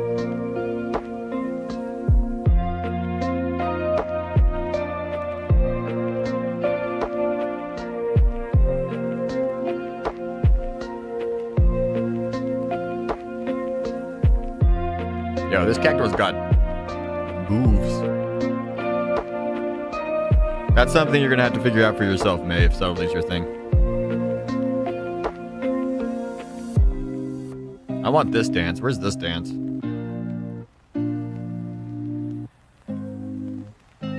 This cactuar is having a great fucking time.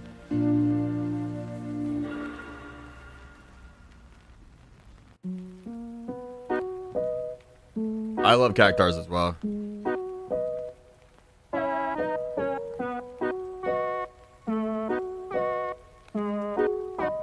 But that thing needs is an exorcism.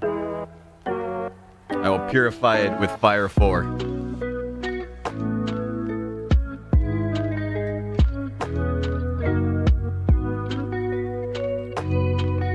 I love the fact that I'm just intentionally choosing the wrong answer.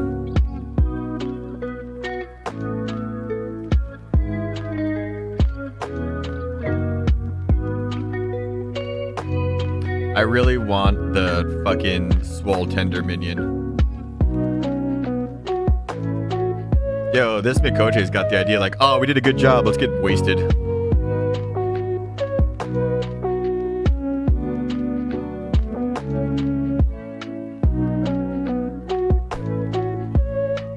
Cactusifer?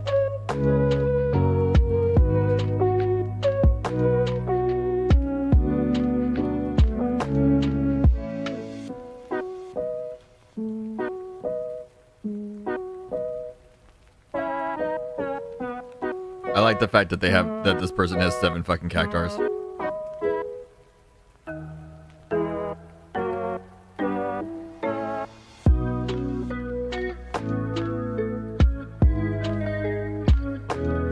Cactuars are the best. They're just one of my favorite creations of FF14.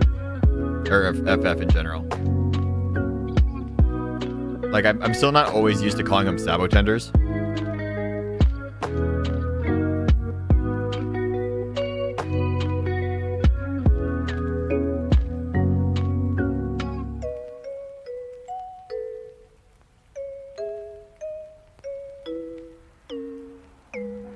I remember the first time I ran across a cactuar, it was in Final Fantasy X, and they fucked me up. And not just a little, like a lot.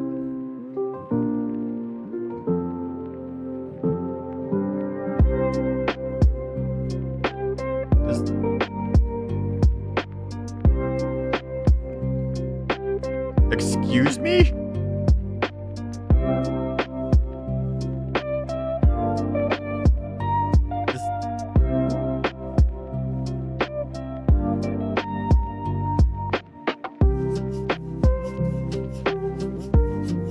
Like, it's jamming, but like, why is it just weirdly flanked by, you know what? See?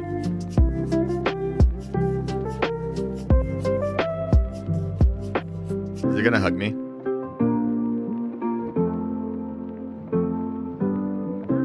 So, okay. That means that pet cactuars are absolutely canon. Which better mean that when Beastmaster comes out, I can be a cactuar wrangler. A little army of cactus people.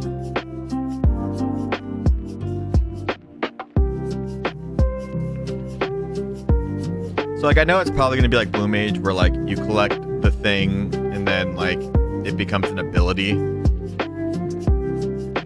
But I really want it to be like a pet system, right?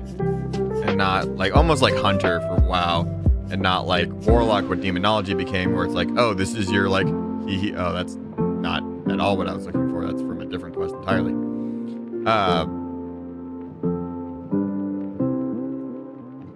Like, oh look, it's the imp ability, it's the other demon ability.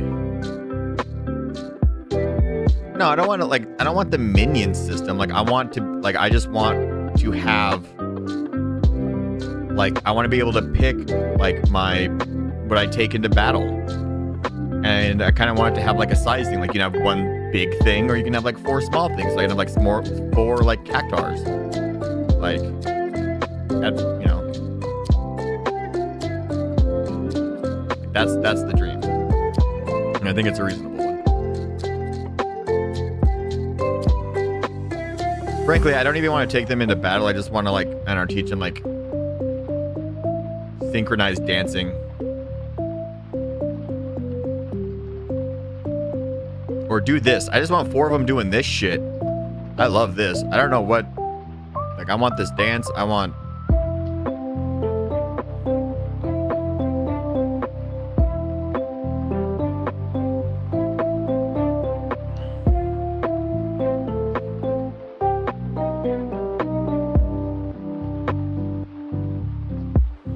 and like if they bring cactuars, like I could have all the different types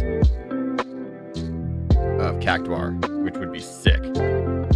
Give me a swole one, give me a Luna Tender, give me a couple of these.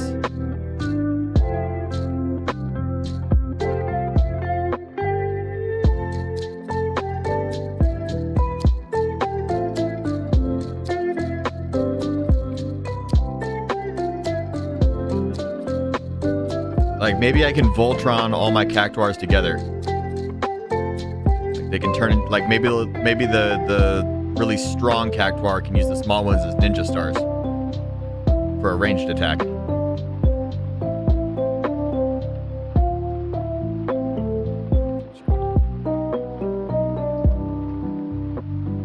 Like those are all things that I would greatly enjoy.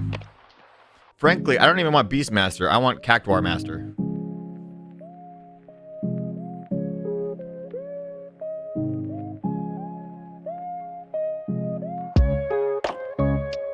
Oh, there's a few other monsters. There's definitely a few other, like Pisces, obviously. Like, I definitely would love to have Pisces at my command for obvious reasons.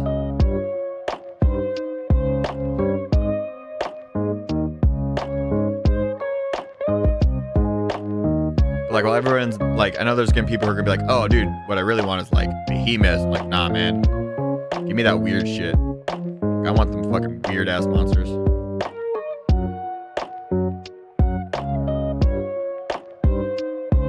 It would be like kind of wild to have Namazu, mainly because they are semi-intelligent. Semi-intelligent. I would also consider them dumb as hell.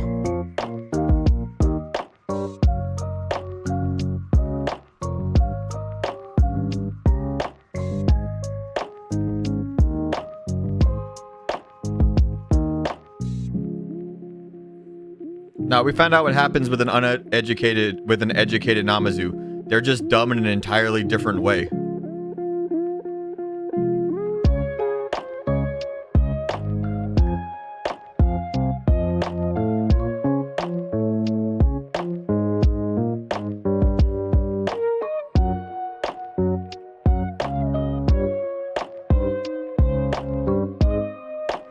Like, I guess they were intelligent, but like, Namazus have like a capped wisdom ability of like 3 out of 18.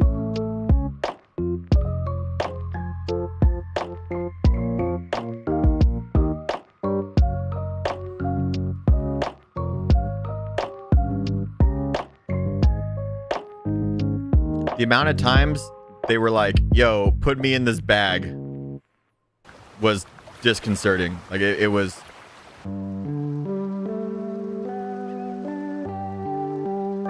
Like Namazu's lack of ability to really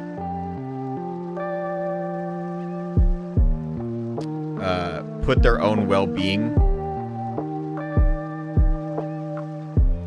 That confetti Namazu is just like this. The confetti Namazu is just Sisyphus, and just didn't know that he was cursed. Every day gathers the confetti. Every day throws it in the air to just have to pick up the confetti again.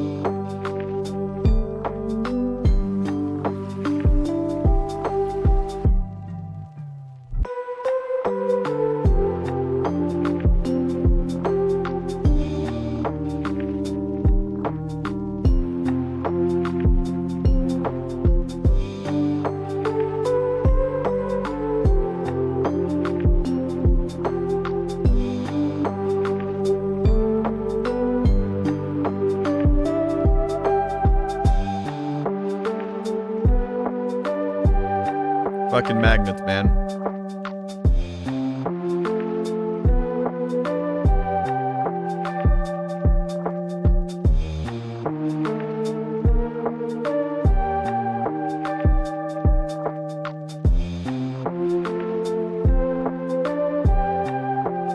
Maybe I'll make a... Oh yeah, what am I doing? Yeah, there we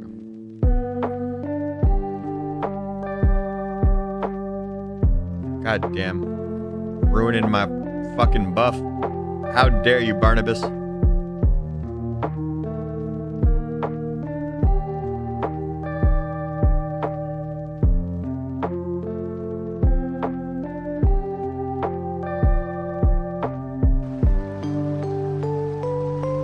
Again.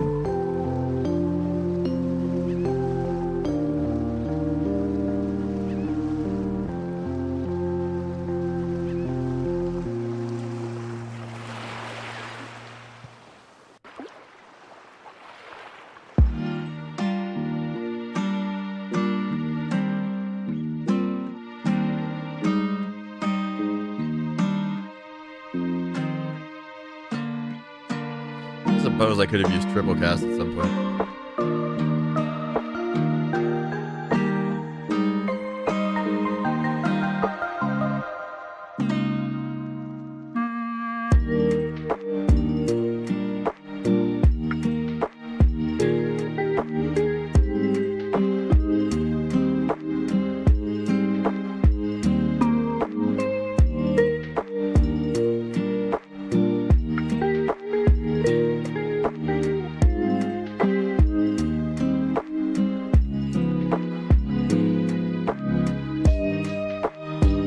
At the end of the day, I just want to be a Beastmaster with all sorts of weird shit. Nothing cool, just weird.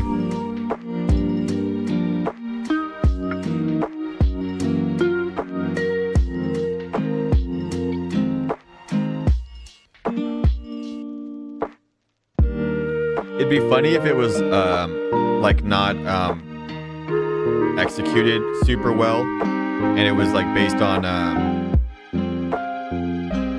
do I want to phrase this? Like just monster type, and then it filled in the blanks. You could accidentally just like have a Garlean soldier.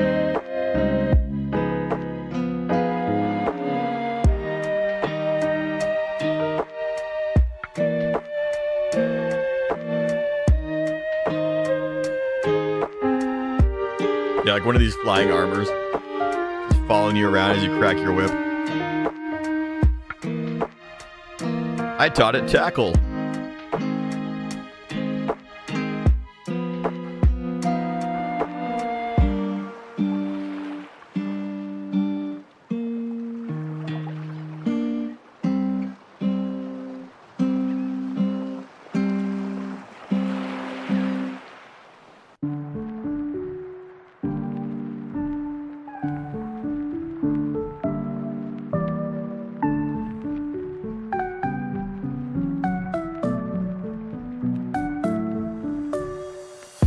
Maybe that's how Xenos will return.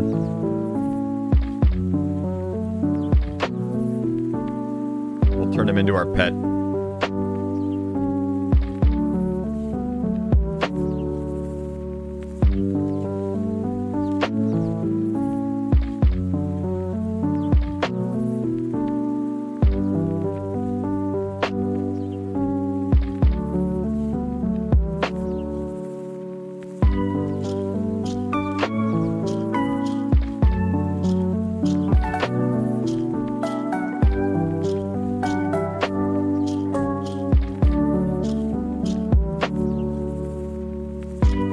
It'd be even funnier if it wasn't Despair, but just the ones the Warrior of Light has killed. And then it's just like Alfie and Alize going, is that really everybody? Like, no, the numbers add up. Yeah, that was us. That was me.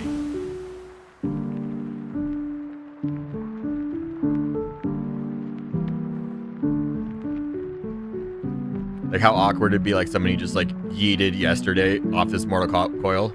And they're like, so we meet again. It's like, this feels uncomfortable.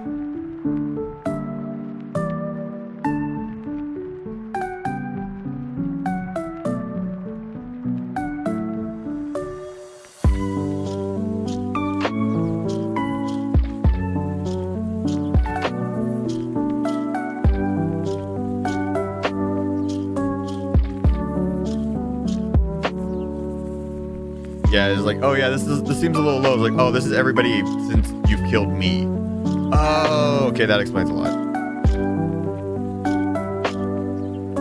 There's a few people I was gonna kind of hope I was gonna be able to kill again.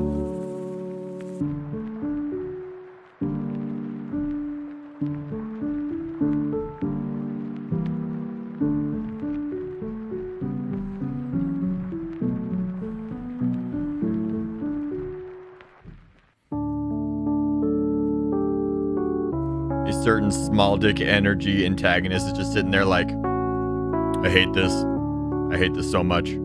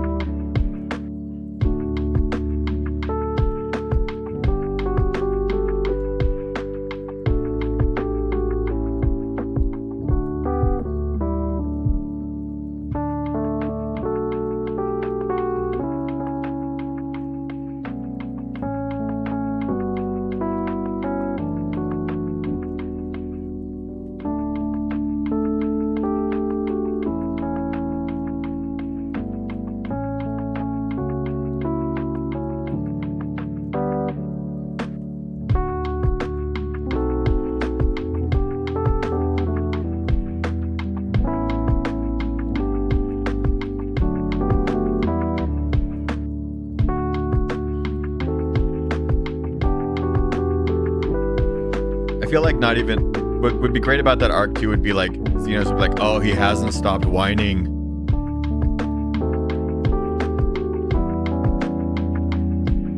Like we duel and he just every time he loses it's always something about his dad is the reason why he lost. I keep trying to tell him it's because he sucks.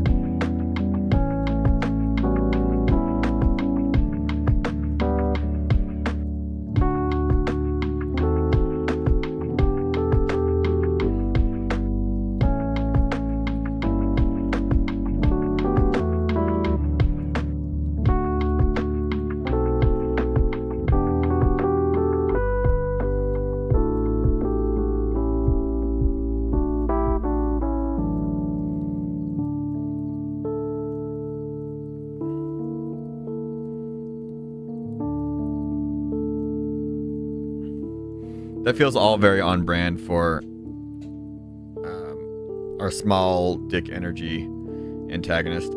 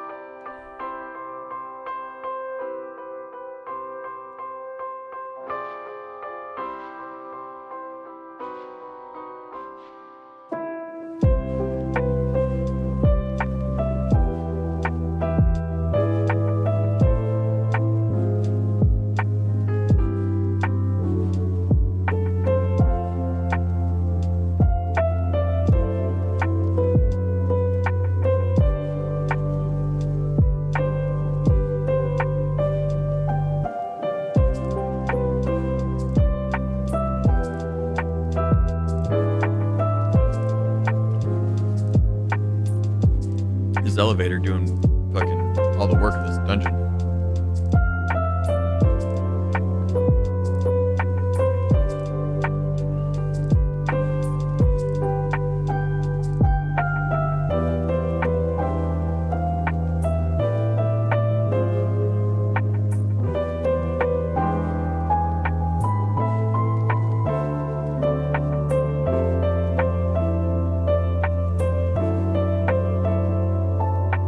I love seeing tanks do this pull because everyone seems to do it in a different way.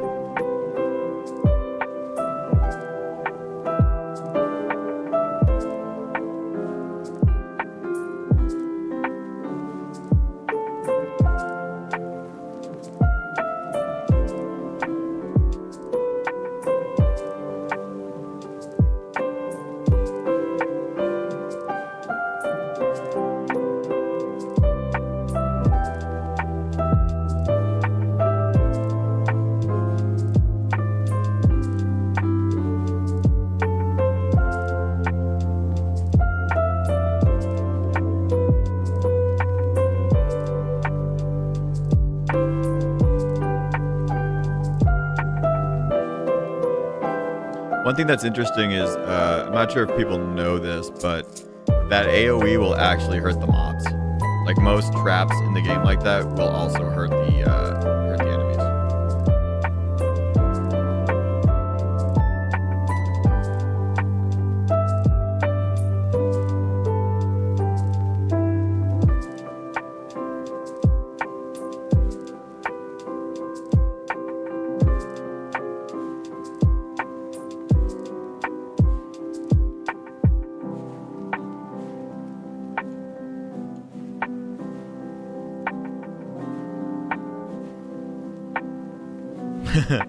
It is not.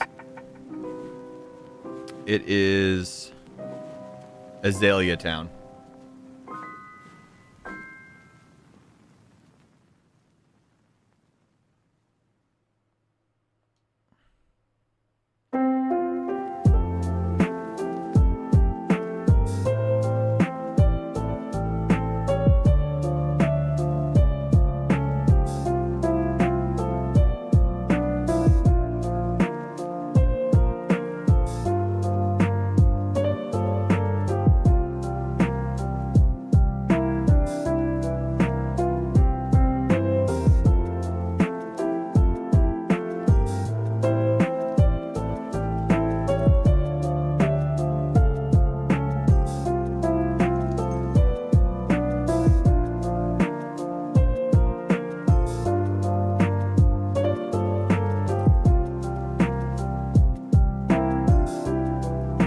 That one at the buzzer.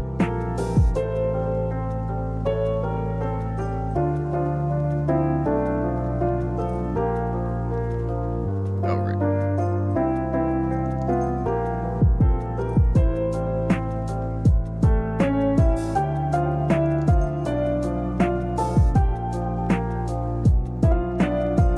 I'm just fucking up my rotation.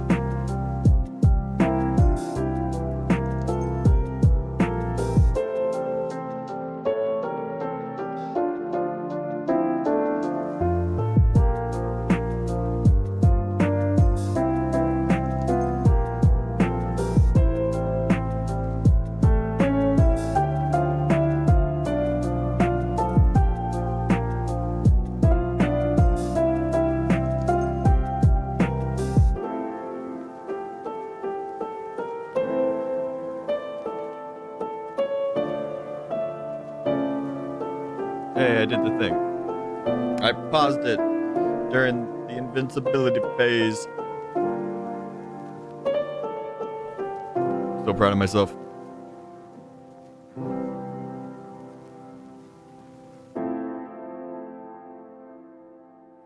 The Iron Womb is a metal as fuck name.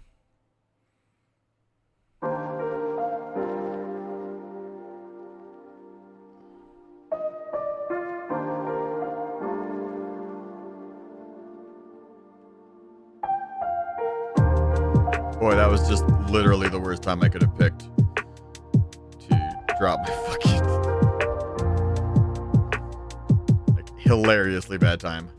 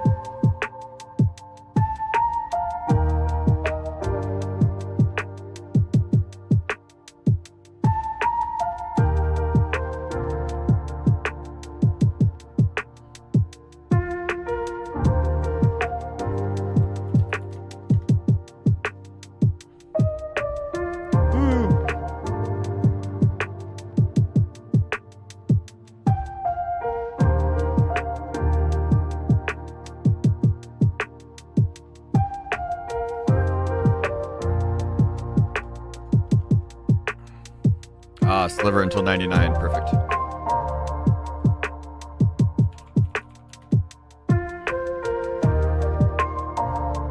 In that 4-hour mark, which has been kind of my stopping point. And today's Monday, so I know Glamour Fairy is doing FF14 content.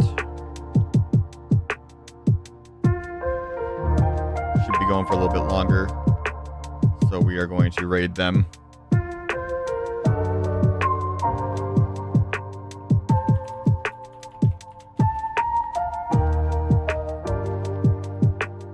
I will see you all tomorrow. I'll be live once again.